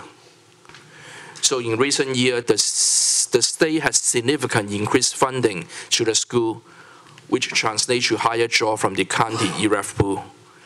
So San Mateo, Marin, and Napa are the only county in the state that get the excess ERAF because of the high property tax value in these three counties.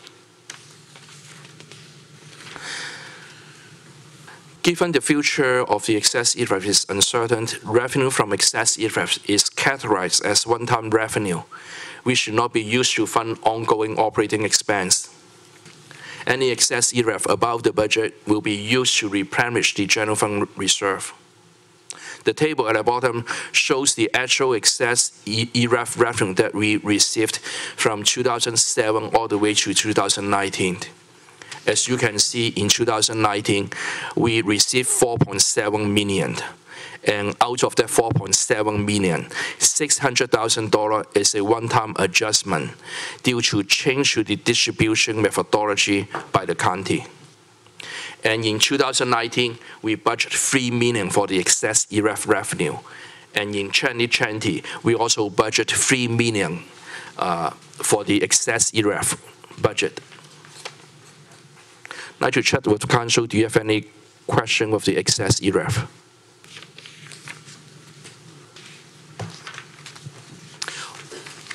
Okay, now we change the topic a little bit, change from revenue. Now we are looking at the general fund expenditure. This table shows the performance of the general fund expenditure by comparing the project expenditure against the budget expenditure. The first column is the current fiscal year budget. The second column, highlight in green, is the year-end projection. The next two columns represent the dollar amount and a percentage change from the budget. Total general fund expenditure are projected at $87.5 million, or $200,000 above the budget. This is mainly due to higher than anticipated salary and benefit.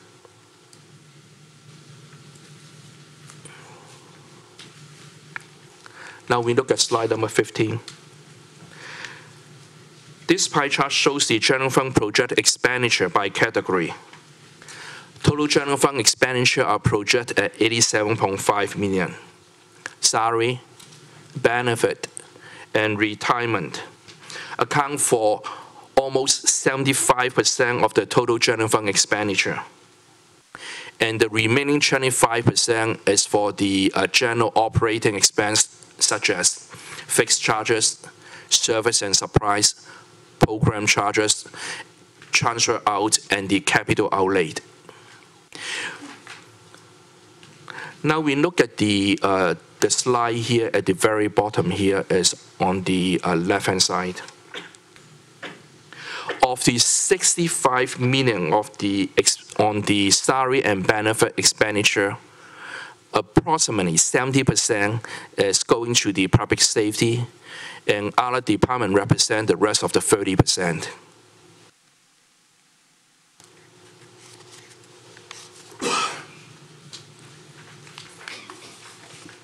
Now we look at the pension and retiree health update.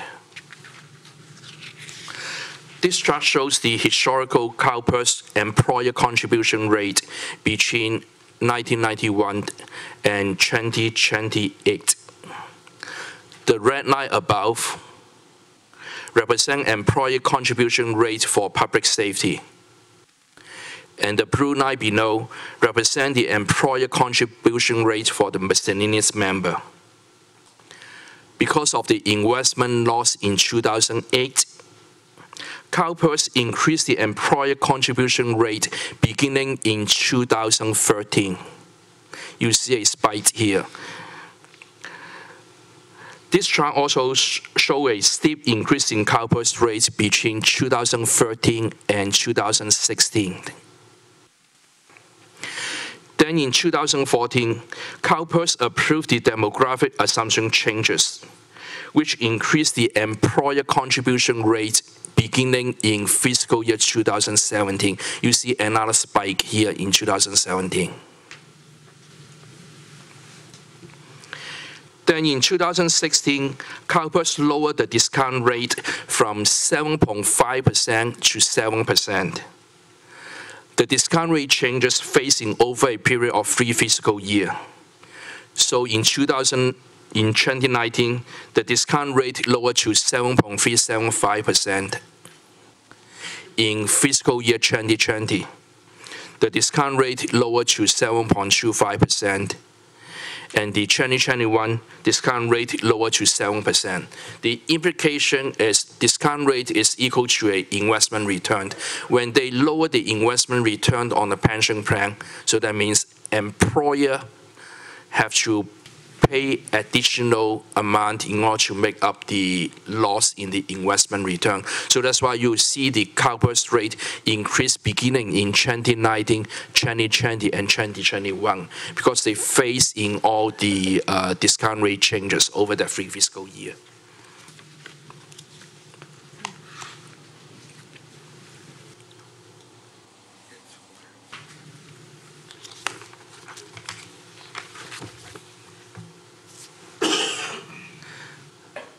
Then in February 2018, CalPERS voted to shorten the amortization period from 30 years to 20 years to increase the funding ratio for the pension plan and provide faster recovery of fund status in a market downturn. So you can see like a CalPERS, every 2 or 3 years, they change the actuarial assumption. And each year they change actuarial assumption. You can see there's like a spike in the employer contribution rate. So between 2019 and 2028, safety rates increased by 58% from 39.6% in fiscal year 2019 to 62.7% in 2028. For the miscellaneous, the rate increased by almost 50% from 30% in 2019 to 45% in 2028.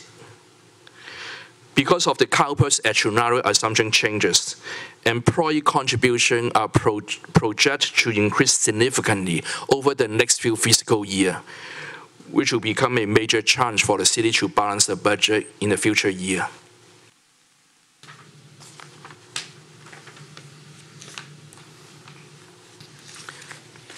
We just look at the CalPERS employer contribution rate.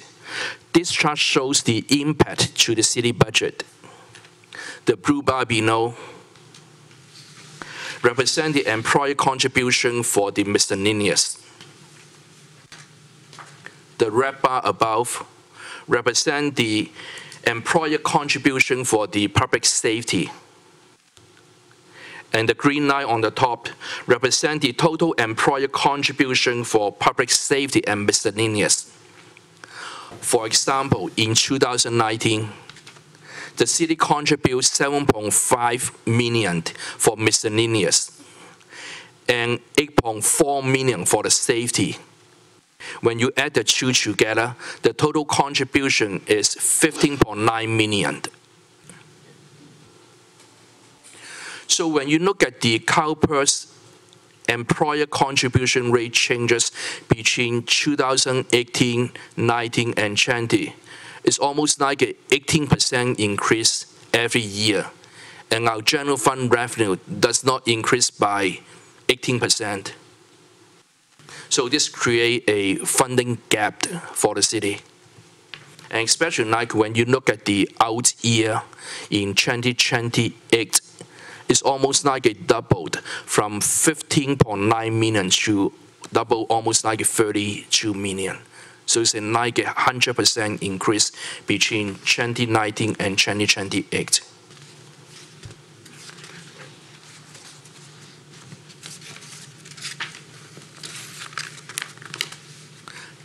This is a slide I just mentioned is between 2019 and 2028 is almost like a 100% increase. Now we look at the CalPERS unfunded liability, slide number 21.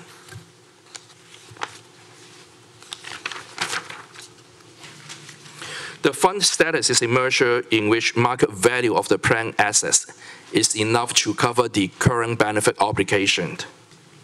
The table shows the changes in pension unfunded liability between fiscal year 2015 and 2017. As you see, each time they change the actuarial assumption, then the pension unfunded liability is going up. As of June 30, 2017, total pension unfunded liability is projected at $153 million. And the fund ratio for the miscellaneous member is 78%, and the fund ratio for the safety is 72%. The desirable funding ratio is around 75 to 80%.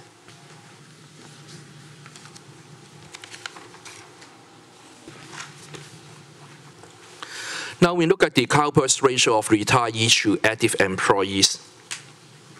Slide number 22. As of June 30 of 2017, there were 797 retirees and 442 active employees. So retiree outnumber the active employee by a ratio of 1.8 to 1.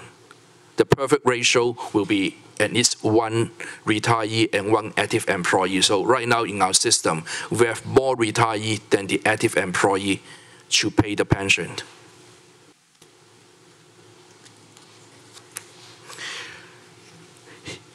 Here show the pension obligation bond debt service payment schedule. In 2004, the city issued 36.2 million pension obligation bond, and the maturity date is June 2024. Proceeds from the sales of the POB were sent to CalPERS to repay the pension unfunded liability. Total outstanding principal and interest for the next 6 fiscal years is $25.1 million.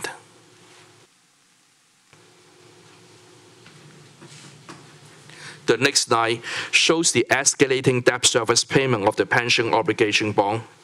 Debt service payment increased by 4% each year, from $3.8 million in the current fiscal year to $4.6 million in 2024.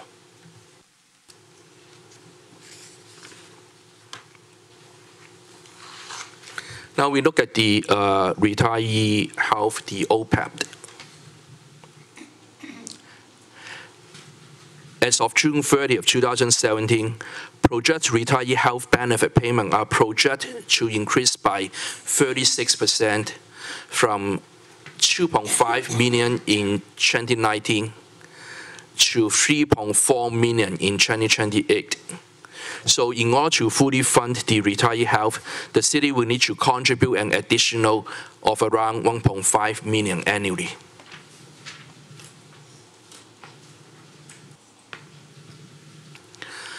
The next slide shows the total OPEB unfunded liability was projected at $47.1 million, and the fund ratio is 17.5%, and the desirable funding ratio is around 75% to 80%.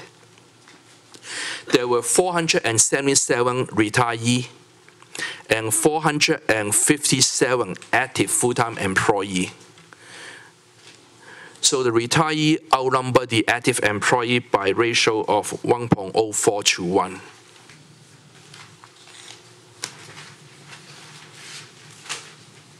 Now we look at the general fund reserve, slide number 28. This slide shows the general fund reserve between 2013 and 2020. The city general fund reserve policy is to maintain general fund unassigned fund balance equal to 15% of the annual budget expenditure. The projected unassigned fund balance for fiscal year 2019 is $24.3 million. that is equal to around 28% of the general fund reserve. In fiscal year 2020, the year-end projection included a use of $6.1 million to balance the budget. General fund unassigned fund balance decreased to $18.2 million, or 20% of the general fund reserve.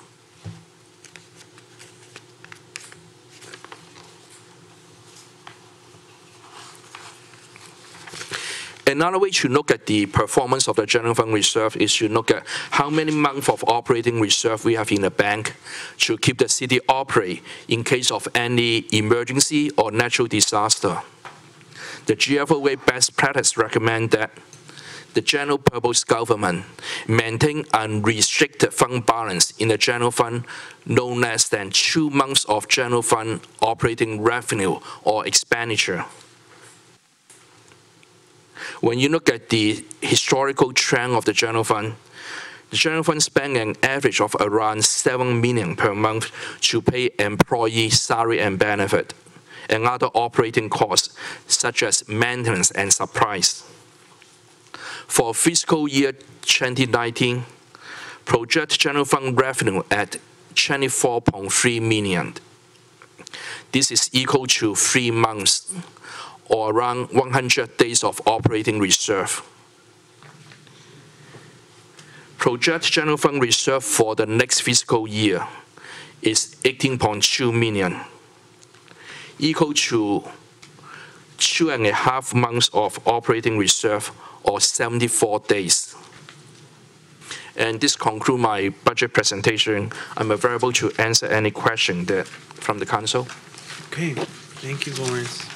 Any questions, Ms. Manalo? Thank you, Mr. Mayor. One question I have around earlier in the presentation in regards to a decrease in program fees. You mentioned it was through aquatics. Just wondering what happened in that scenario, since there is a decrease of about 5.9%. If I may, on behalf of the Director of Library and Recreation, Joseph Curran, my understanding is that not for just Daly City, but regionally, there is a sort of an industry trend that we cannot get people to get into the lifeguard field. And so our programs are understaffed due to that, and we've had to cancel programs because of the difficulty in getting that classification. So that, I think, attributes to at least some of it, but I can follow up if there's more. Okay, thank you. I appreciate it. Just for your information, the aquatics program, the budget is $415,000, and the project revenue is around $305,000. So it's just roughly is around $100,000 decrease in revenue. So decrease in revenue, yeah. It's just wondering because when there's a decrease in program fees, I just want to understand what is it? Is it what happened? You know, are we providing kind of the youth services that we need? What was it? A lack of interest? So your clarification around the staffing issue is important because I saw that as a decrease, especially around the program fees. But it looks very bright to see that the property tax increase, as mentioned a year ago or 2 years ago, that there was a steady incline, and it's represented in the presentation. And lastly, I think your last portion of the budget that showed that for the next, I think, 2 to 3 years, its projection states that we have enough in the general reserves. I think that's been an issue around ensuring that we have enough in case of an emergency. And looking at the projections, I think that, you know, we're slowly moving towards gaining more momentum to getting more revenue. But seeing something like this in a mid-year budget, you know, slowly but steady is hopeful. So thank you. Thank you, Mr. Mayor. Of course. Ms. DeGiovanni. Okay. Dr. Rod? thank you for putting this whole report together. It was very thorough. And I just echoing Council Member Manalo, it is this notion of slow but steady is a bright spot. And then talking about the general fund reserve and just thinking about like earlier about climate change and everything. I'm worried also about like what happened in Santa Rosa, where they had to just wipe out the whole general fund based on like one because of a fire. So I'm knocking on wood that nothing really happens, but just some thoughts to put out there. Thank you, Dr. Rod. Mr. Vice Mayor, any comments? You ready?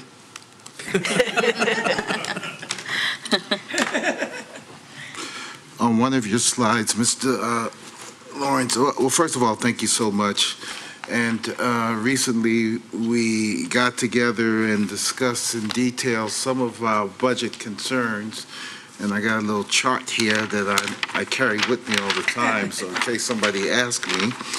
But I have a couple of questions. I first like to start off. You put up a slide that showed the comparison of the percentage of the budget. In other words, public safety composes approximately 70% of the total budget for salaries. Do we have a comparison by city as to public safety and what their budget is? I'm going to address this for Mr. Chu, if you don't mind, Vice Mayor.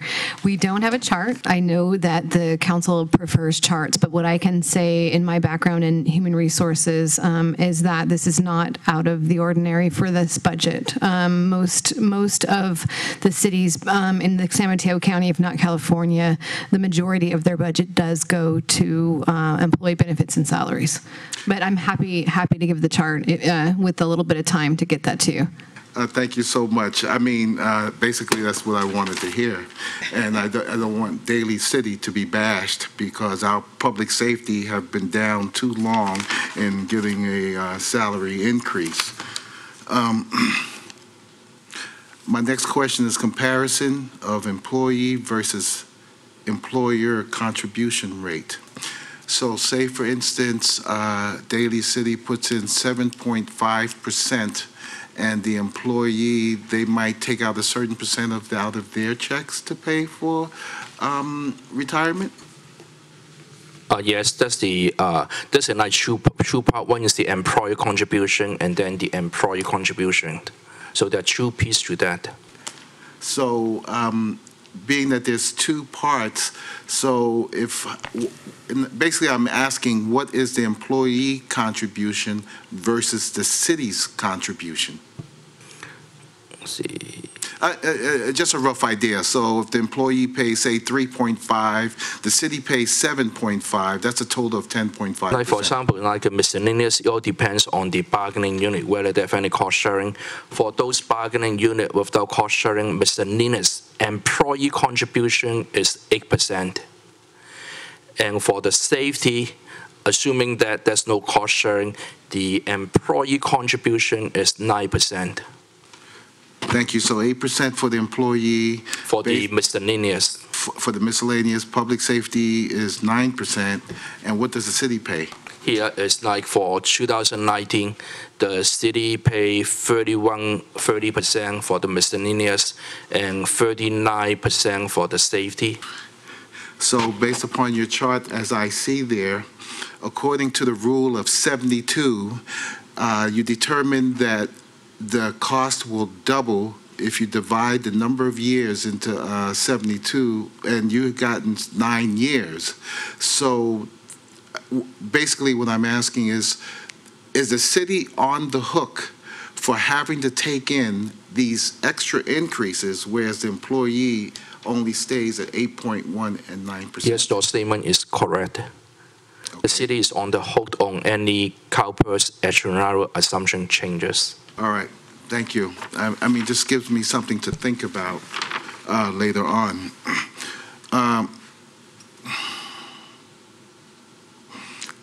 City's on the hook. All right. There was one other question, the rule of 72s.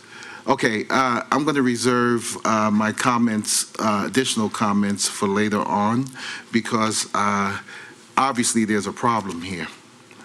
And we need to determine a way to kind of streamline this and help. And we got a lot of good ideas. I'm going to bring it up later.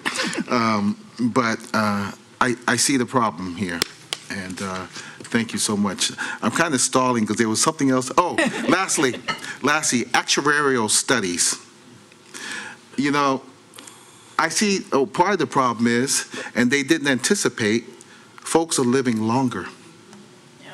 And that's, well, they hope that you die and hopefully that, but folks are living longer, but it is not the city's fault. It is not the employee's fault. And I believe that when an employee first comes to this city or any city, and if they signed a contract saying that you're going to get X number of % at this particular age, that's sacred and you need to pay them. So I think moving ahead, there's some changes that's going to be made. So we have those ideas on paper, but we'll bring it up later. The whole idea is you bring this information to us on the budget. Thank you so much. That's all I have, Mr. Mayor. Thank you, Mr. Vice Mayor. Anyone else? Yeah. Go ahead, Mr. Giovanni. First, I'd like to thank Mr. Chu and our city manager. They were very amenable to answer questions earlier today, so I want to thank you for that. Would you mind, in our report that was in our council packet, I know that you addressed this issue, and I hate to ask you to repeat it, but in the, it's concerning the adjustments, the mid-year adjustments, that small chart where it has the total, Mr. Chu, of 8.9. It's on this, yeah, where you have the, yeah. Yes. Yeah. No, it's on that. Yeah, it's the 8.9. Okay. Would you please, I hate to ask you to repeat that, but where it says that we have 8.8 million projected, and then we have the two expenditures. Would you mind elaborating on how that works out, like the 8 and the 2? So the Break that down for. Yeah, the 8.9 is mainly due to the 3.2 million in property tax increase, Okay. 1.7 million in sales tax, and the miscellaneous tax is around $700,000 increase. License and permit is around $300,000 okay. increase. Rent and interest $500,000. Charges and fee $300,000. Miscellaneous revenue is mainly related to the excess ERAF is around 2.4. Once you add the all the revenue adjustment here, this equal to the 8.9 million. Okay. And for the $200,000 adjustment, it's mainly due to the salary and benefit minor adjustment here. Okay.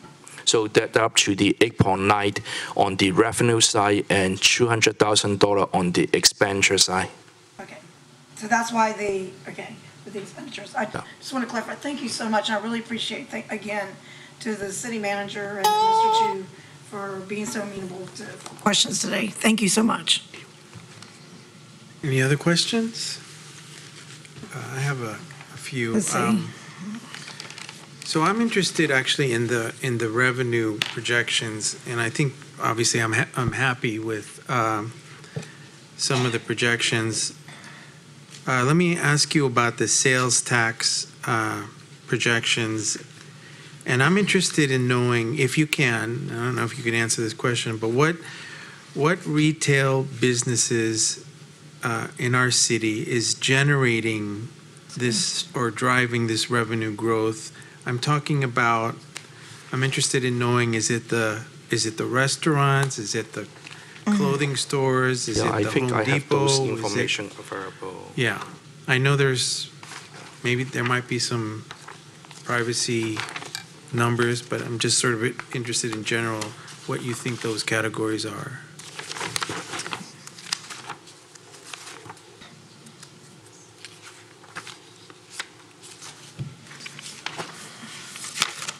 So the major revenue increase is mainly due to the general retail, the true shopping mall in Daly City, the Westlake and the surrounding shopping center is account for almost like a 30% of the total mix. And then the transportation, this include the auto sales, and we have 2 auto car dealership in Daly City, and then we have like a several smaller used car dealership, and then we have the gas station.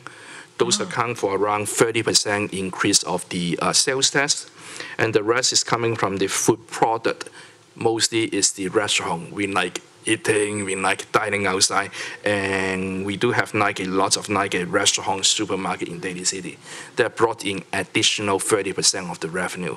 So if you want to divide that 1.7 million, so I would say around 35% coming from the shopping center, retail, around 30% coming from the transportation, auto dealership, used car dealership, and gas service station. And then the rest of the 25%, 30% is coming from supermarket, restaurant. I see. So that account for the mix of the retail in Daly City. Let me ask you about the revenue for, you said the projected revenue increase in the property taxes. I'm also interested in knowing, is it the single-family homes? Is it the condominiums? What kind of buildings are selling and generating the increase in revenue? Mostly is the single-family home in Daly City. The single-family homes? Yes. Now, for example, we have single-family home that was purchased in, let's say, 1960. There's like a much lower asset value. But once it like is sold in 2019, then all of a sudden, like let's say a $50,000 home become like a $900,000. So that means you have like a higher property tax from the resale here. Do you know, or do you have any in data or information on what, when they're buying the single-family homes, are families moving in? Are they living? Is it for investment purposes? Are they renting? Do you have any? No, so sorry, I don't have that data. Okay. Okay, thank you. Any other questions? Mr. Mayor? Yes, go ahead. Just one comment. Yeah. It is along the lines of the commentary that Mr. Vice Mayor had earlier. I think when you look at the pie chart and around kind of our expenditures, people may be alarmed that majority of it goes to our personnel. But in order for a city to run, we need our personnel, and our personnel is on the front lines. They are the ones there interfacing with the community. They're the ones keeping us safe. They're the ones doing it, they're the front lines in our community. And so for those of you out there understanding that, yes, it's a large part of our expenditures, but they are what helps run our city. So it's just a comment I had, Mr. Mayor. Thank you for letting me speak. Thanks. All right. Mr. Giovanni? You good? Anyone else? I agree with that. Okay. Well, thank you very much for your presentation. It's very helpful. And, oh, go ahead. Did I read somewhere that we talked about the ERAF and the additional, was it 4.7 million, and how we were going to disperse that or use that? And there was a recommendation. Is that part of this, or that is separate? Okay. Yes. I have thoughts about it, but I'll let you proceed, Mr. Liu. I mean, am I too early or premature, or I'm calling the question on the excess ERAF? So I think in the staff report, the staff recommend that using the excess revenue of approximately $3 million to fund the Section 115 Pension Trust Fund and the OPEB Trust Fund. Okay. Did I answer your question? Yes, you did. Well, thank you so much.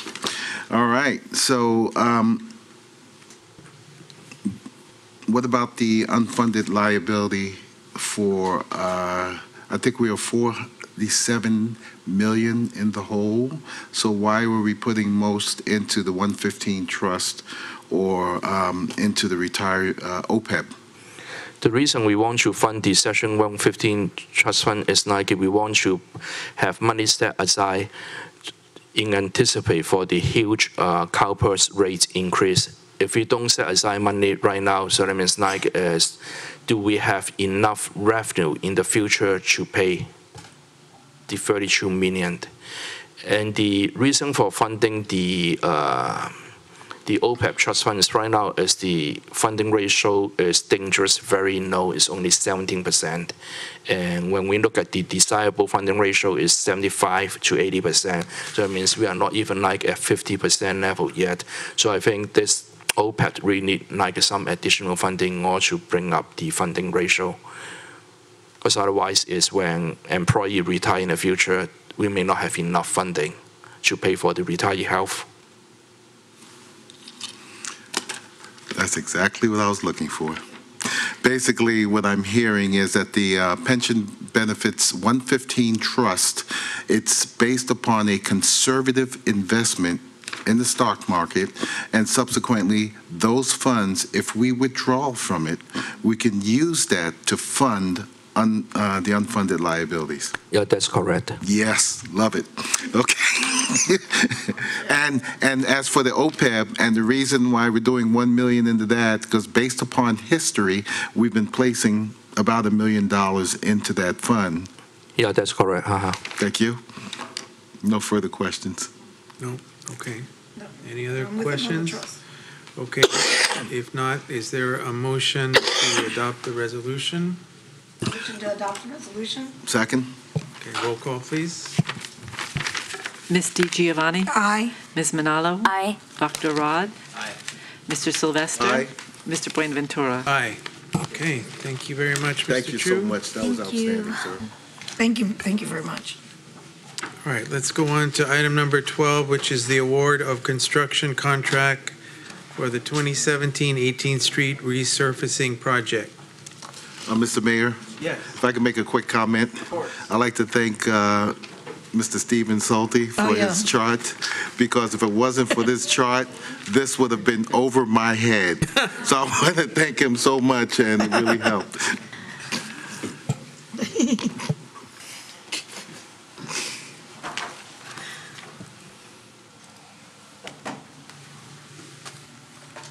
Thank you, Mr. Chu.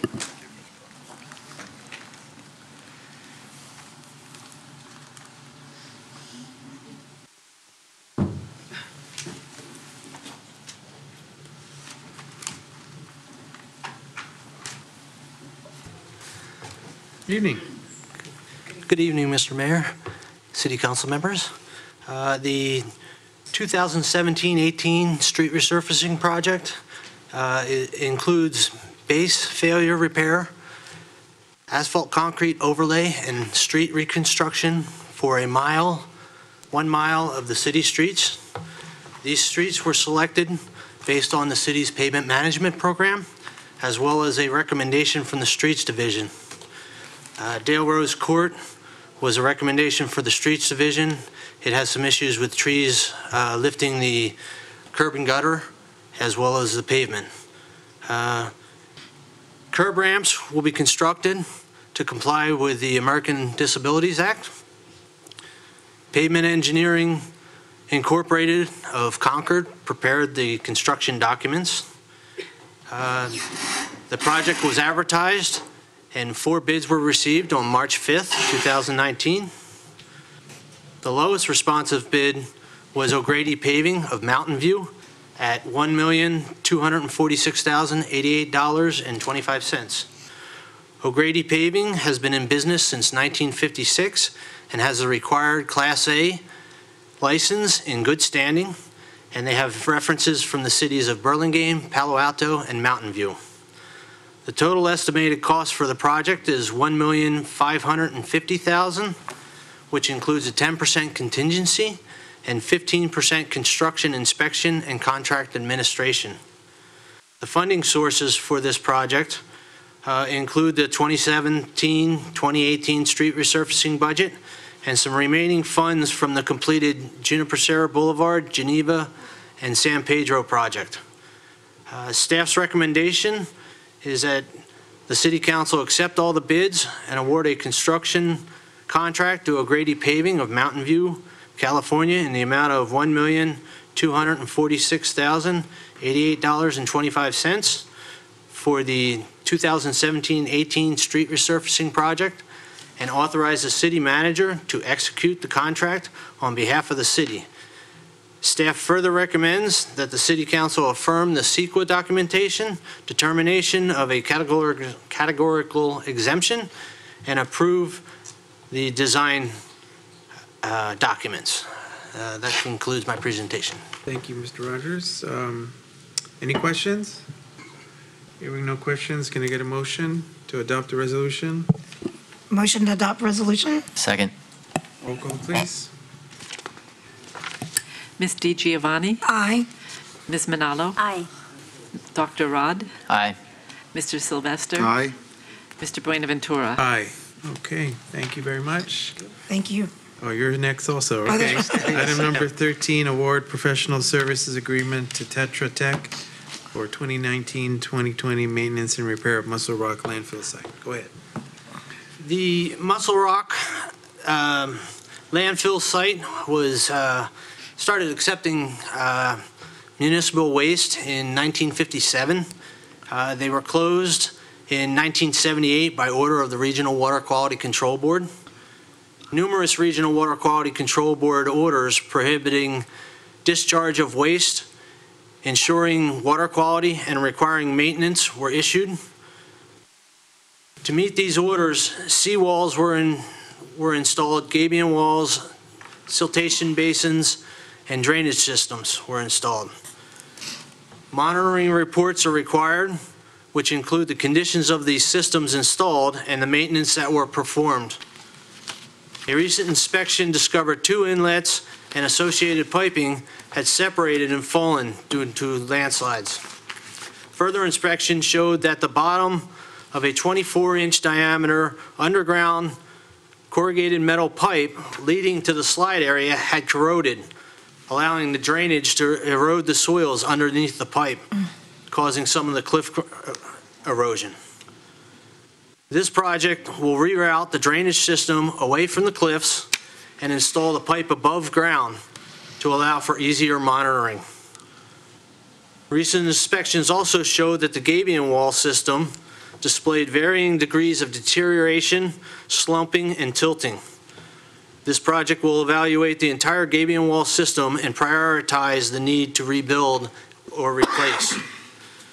Finally, the cliffs above the upper landfill area are naturally subject to erosion, which causes sediment to run off the cliffs.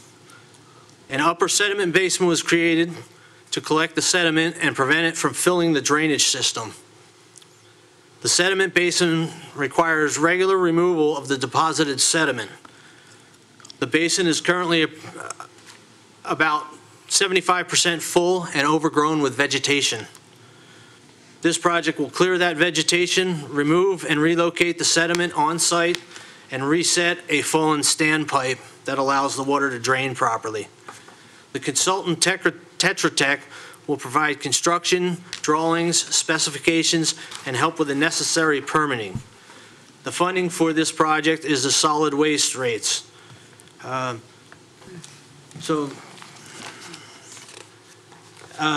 staff recommends the City Council authorize the city manager to execute an agreement for professional services with Tetra Tech Incorporated of Oakland, California, for the development of design plans, specifications, and a cost estimate for the 2019-20 maintenance and repair of Muscle Rock landfill site in the amount of $180,234.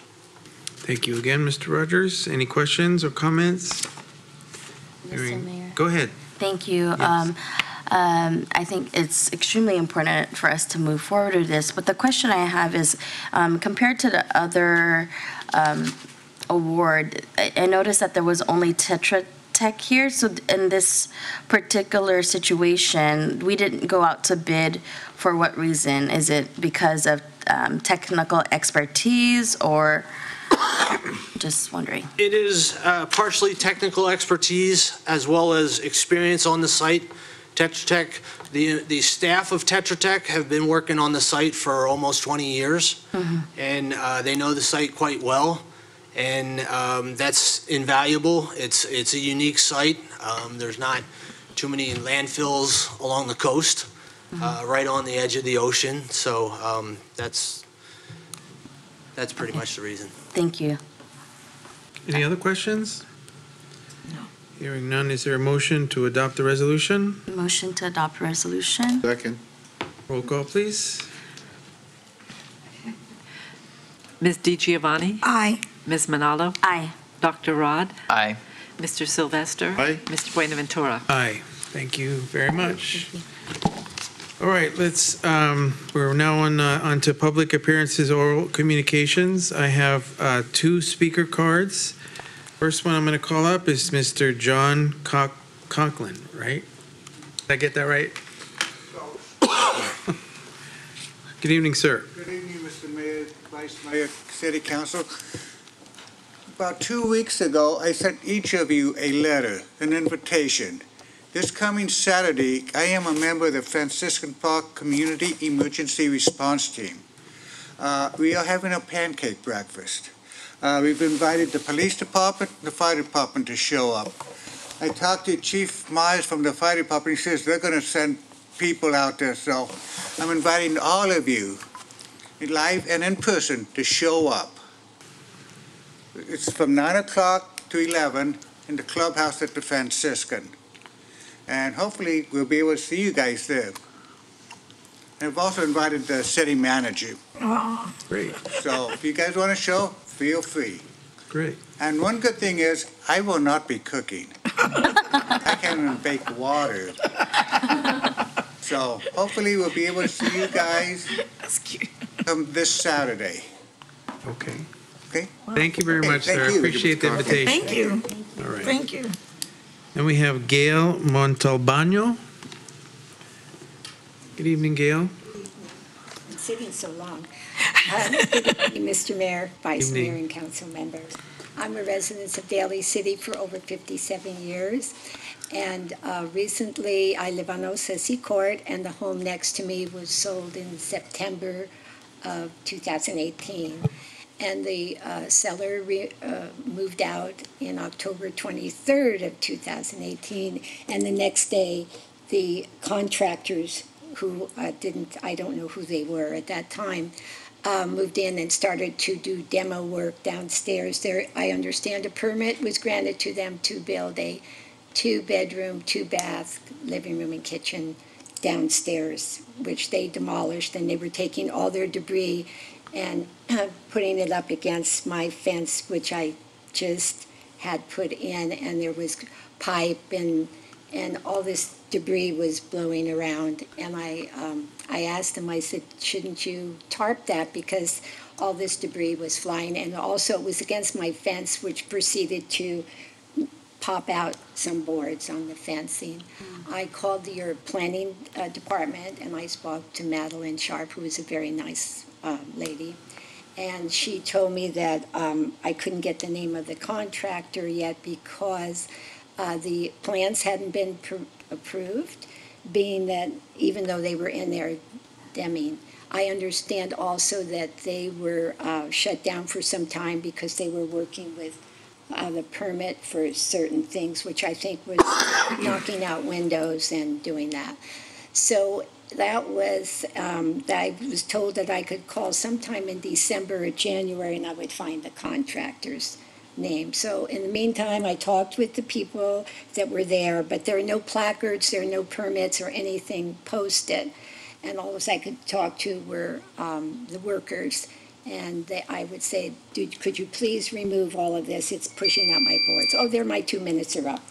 Anyway, I need more than 2 minutes. But finally, after much discussion, and I got a hold of the contractor, who, they said they would remove it. It took 3 weeks to remove it, and the rain and all of such. And then they came in and they started to rip down the side walls that are next to my house. And I wasn't notified of this. They brought in scaffolding, and all this debris was coming down. Nothing was tented, nothing was covered. It was all came over onto my property. So at that time, I called again, and I called the planning department, and they were very nice, but they said that, I said, shouldn't it be tented? So I called the code and ordinance, and nobody gave me a definite answer whether that should be tented and covered, because all of this debris was coming down and on my property. And at any case, Okay. eventually it was tented after I spoke with your very nice man in the planning division, Mr. Valentino Magnapot. Yes, he was very nice. He came to my home. He helped me. He told them I don't know whether you have an ordinance. I was never told whether property, when they're ripping down and they're coming and infringing on somebody else's property, whether or not that should be tented. I don't know, but in any case, when I spoke to... Okay, ma'am, we need you to Yes, wrap up. okay, fine. Okay. It's okay? That's it. Thank you very All much. right. You know, we have a very good city manager, and so we have your information, because you fill out a speaker card, and we will find out for you and get to the bottom of it. All right. Okay? Thank you. Thank you very much for coming. You're welcome. Thank you for living here for 57 years. Quite incredible. Okay, let me go on to, those are my speaker cards. Let me go on to appointments. Any appointments? No, hearing none. Let me go on to reports. Council committee reports from March 11 to March 24. Any reports? I think Go there ahead. is one in the, Go ahead. Vice Mayor, do you want to start, or? I'll defer to you, Councilmember Manalo, Okay, so. for the two committees. Yeah. Right. I think, is it two committees? All right, okay. So the first committee that we have, it was around, is it the Development Committee? Okay. So we have the committee reports. The first one we have was around the Bay Shore revitalization. So, Mr. Mayor, thank you for appointing both Vice Mayor and I. It was talking about the redevelopment parcel that we have on the Bay Shore side. And so it's actually a parcel that we need to develop because it is one of the parcels that we own and was slated for redevelopment. In that meeting, you know, what was talked about was potentially having more housing on that site, which is what we're mandated to do. And so we are asking for more conversation around procedure, around how we would be able to move forward in developing this parcel of land by the Bay Shore. So this, for everyone's understanding, this is the parcel of land that's adjacent to the Sayufi property and also to the Cow Palace. And so that was initial discussions with the participants, which is stated in the report. Would you like to add anything? Okay, I think that's it. That's just the only. There's two. What's the other one? It's not on here. Is there another committee that we have? Oh, it's the same one, but so the public knows that there's discussions around moving forward, especially around ensuring it's housing on that site, given the need and you know, in the Bay Area and the crisis, that is, we're looking towards that as housing in particular. Okay. Any other council committee reports? Yes, Mayor, Go ahead. please. Yes, the Office of Emergency Services, we had a meeting, and we're going to be looking at the budget in May. What it pertains to is all the first responders and paramedics in our area, and I would like to give a commendation to them because there's been several issues with veterans not being able to, they are left with a bill and they're not able to get to the VA and they have to call 911. There's usually a bill in transporting them that they end up with. So they have usually erased for our veterans and looking into that when they're transported finally to the VA, that they will not be charged the $3,000 that usually that are out of that pocket. And I've actually, prior to being on the council with David Canepa, have gone to bat with Jackie Spear, and we were able to erase 3 veterans in Daly City their bills. And then also, there was a walk audit at Bayshore School and at Woodrow School. And this deals with, I'm on the commute.org, but also with the safe routes to school. And it dealt with our engineer, Shirley Chang, the principal, Officer Ortiz from our Daly City Police, and members, the young members that are patrol that area. So we're trying to figure out the corners and the safe ways they can even cross in John Daly Boulevard.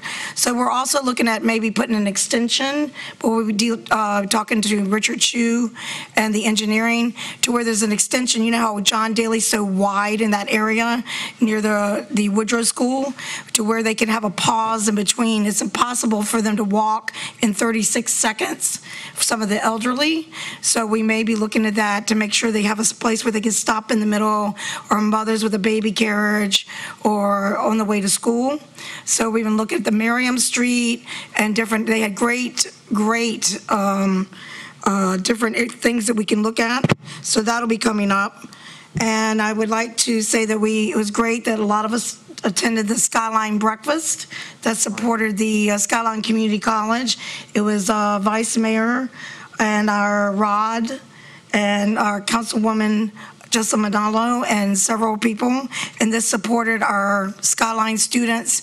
The President's Council put it on, so it was at Lake Merced, so all of us were able to attend and support the students for tomorrow. And probably lastly, we see our veterans here tonight from Post VFW 8750. I'd like to welcome here to our Daly City. They will be a part of the Baton Legacy event on April the 6th at 10 a.m.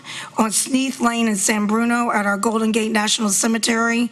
It will be to honor the Filipino veterans, but not only them, but our other veterans, and they will be participants in that legacy that morning. So I would like to urge our council, if they're in town or any others, to please come out.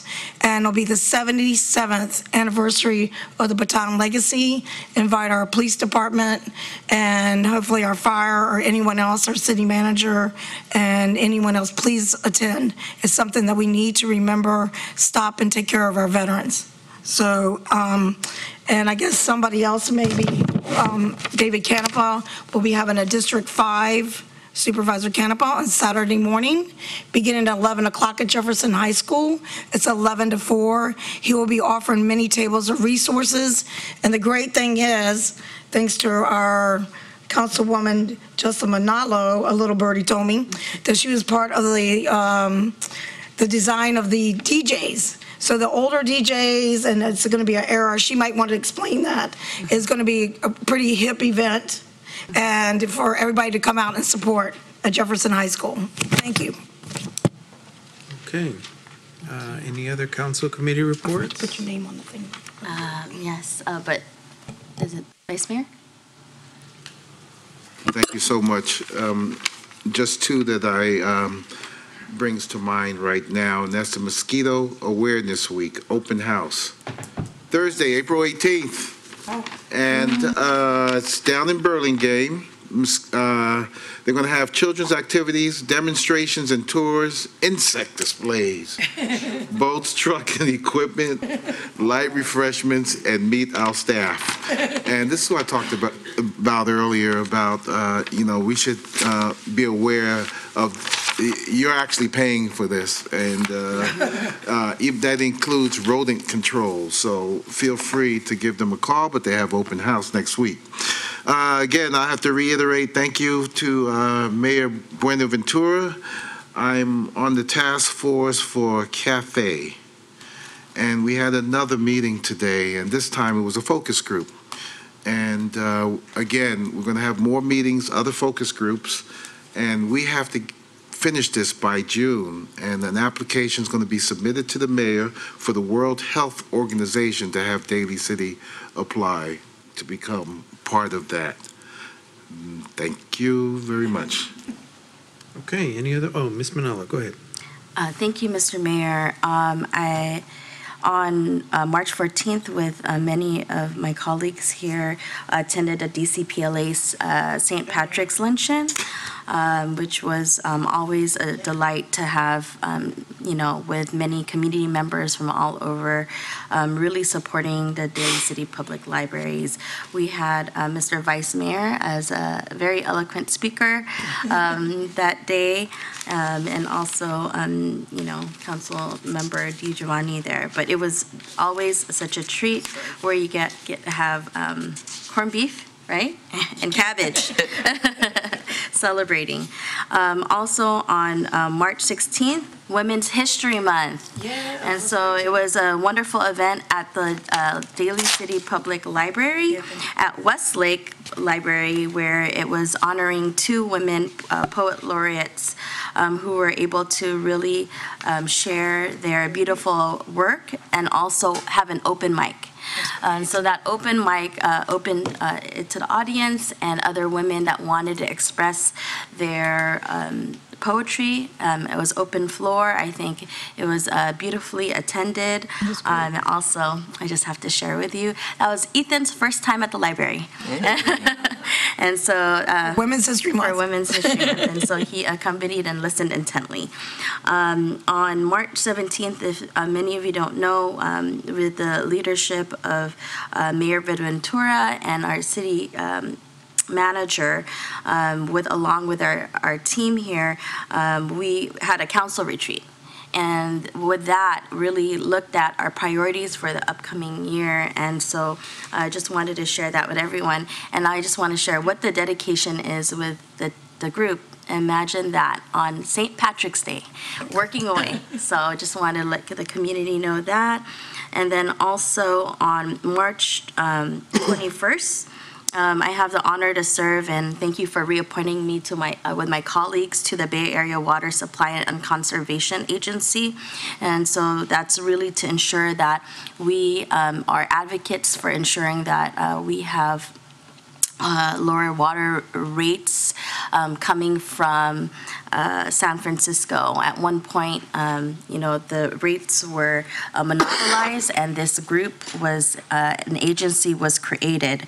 And just to give you an update, we talked about the fiscal year 2019-20 work plan and the results to be achieved, and also looked at the Los Vaqueros expansion project, whether or not this will be supported by BOSCA. And then also had the opportunity to speak with, because we're looking at short-term rentals, one of the companies that are utilized by the community is Airbnb, and so I'm able to meet with some of their policy staff to see how we can work together in ensuring that as you work in partnership with the companies, let's see what they can do. If we decide to move into VTA, are they amenable to it? But that was a meeting I had. And then lastly, I had the wonderful opportunity with Dr. Rod to be at the Rock the School Bells Youth Conference with a commendation. Great. Thank you. Great. Dr. Rod? Yes, I had, and we did it live. I had the opportunity to attend Island Fiesta event at Westmore High School on March 15th. That was put together by the teachers and students at Westmore High School with the Filipino organization there, the Barkada student organization, the Filipino American organization. I also was able to, I was also invited by Summit High School as the Career Day spokesperson, and I got to sit on a panel with the president of the SFUSD School Board and also a defense lawyer as well. So got to speak to 3 classes, and then we also got to speak to people afterwards in terms of like how do we get into forms of leadership, and that was really cool to see that students are wanting to get involved and youth getting involved in forms of leadership. Also, I want to make an announcement. The Westlake School Performing Arts is having their production of the Wizard of Oz, and the city attorney's daughter and my daughter are part of that production, and it's going to be at Mills College on April 13th. Excellent. Okay, any other council committee or city council reports? No? Okay, how about staff? Any staff report? Oh. I thought there was 2 sections. One is reports and then the city council. Yeah, I said any. Oh, okay. Well, I just wanted to make, I know everybody wants to go home, but I want to give congratulations to the Millers who are in the audience. Apparently, they've been married 57 years, and I guess it's as long as you've been living in Daly City, your neighborhood. So I want to congratulate the Millers and many more years to come.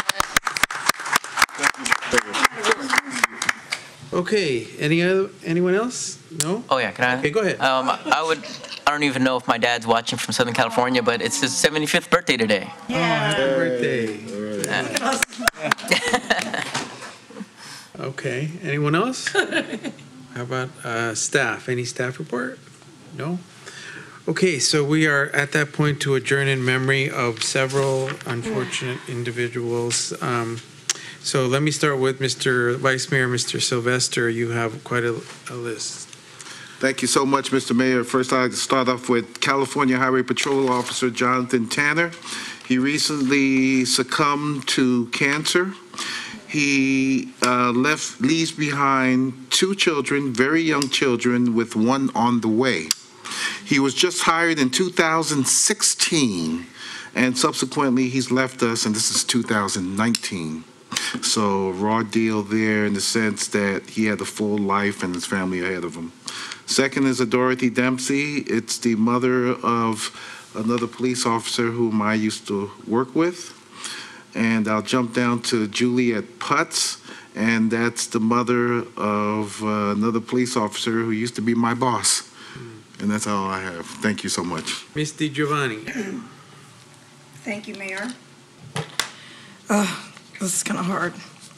Okay, let me begin by saying that there's been a tragic loss that many of you know, but we happen to know him personally. He's the father of one of the Sandy Hook children named Jeremy Richmond.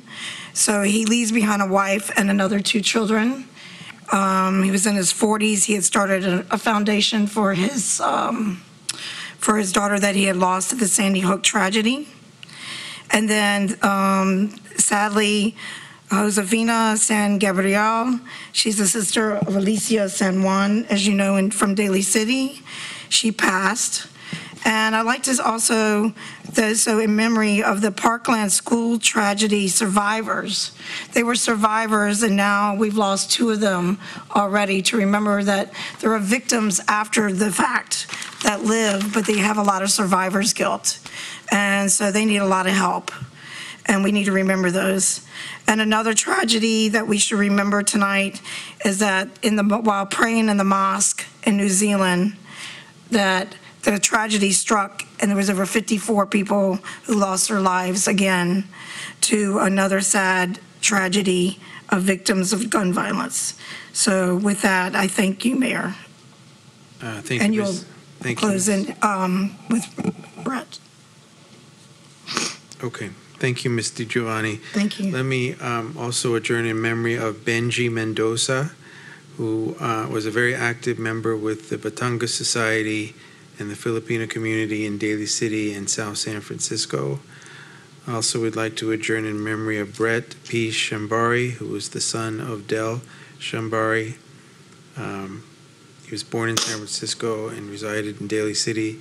Del is a very active member of the community And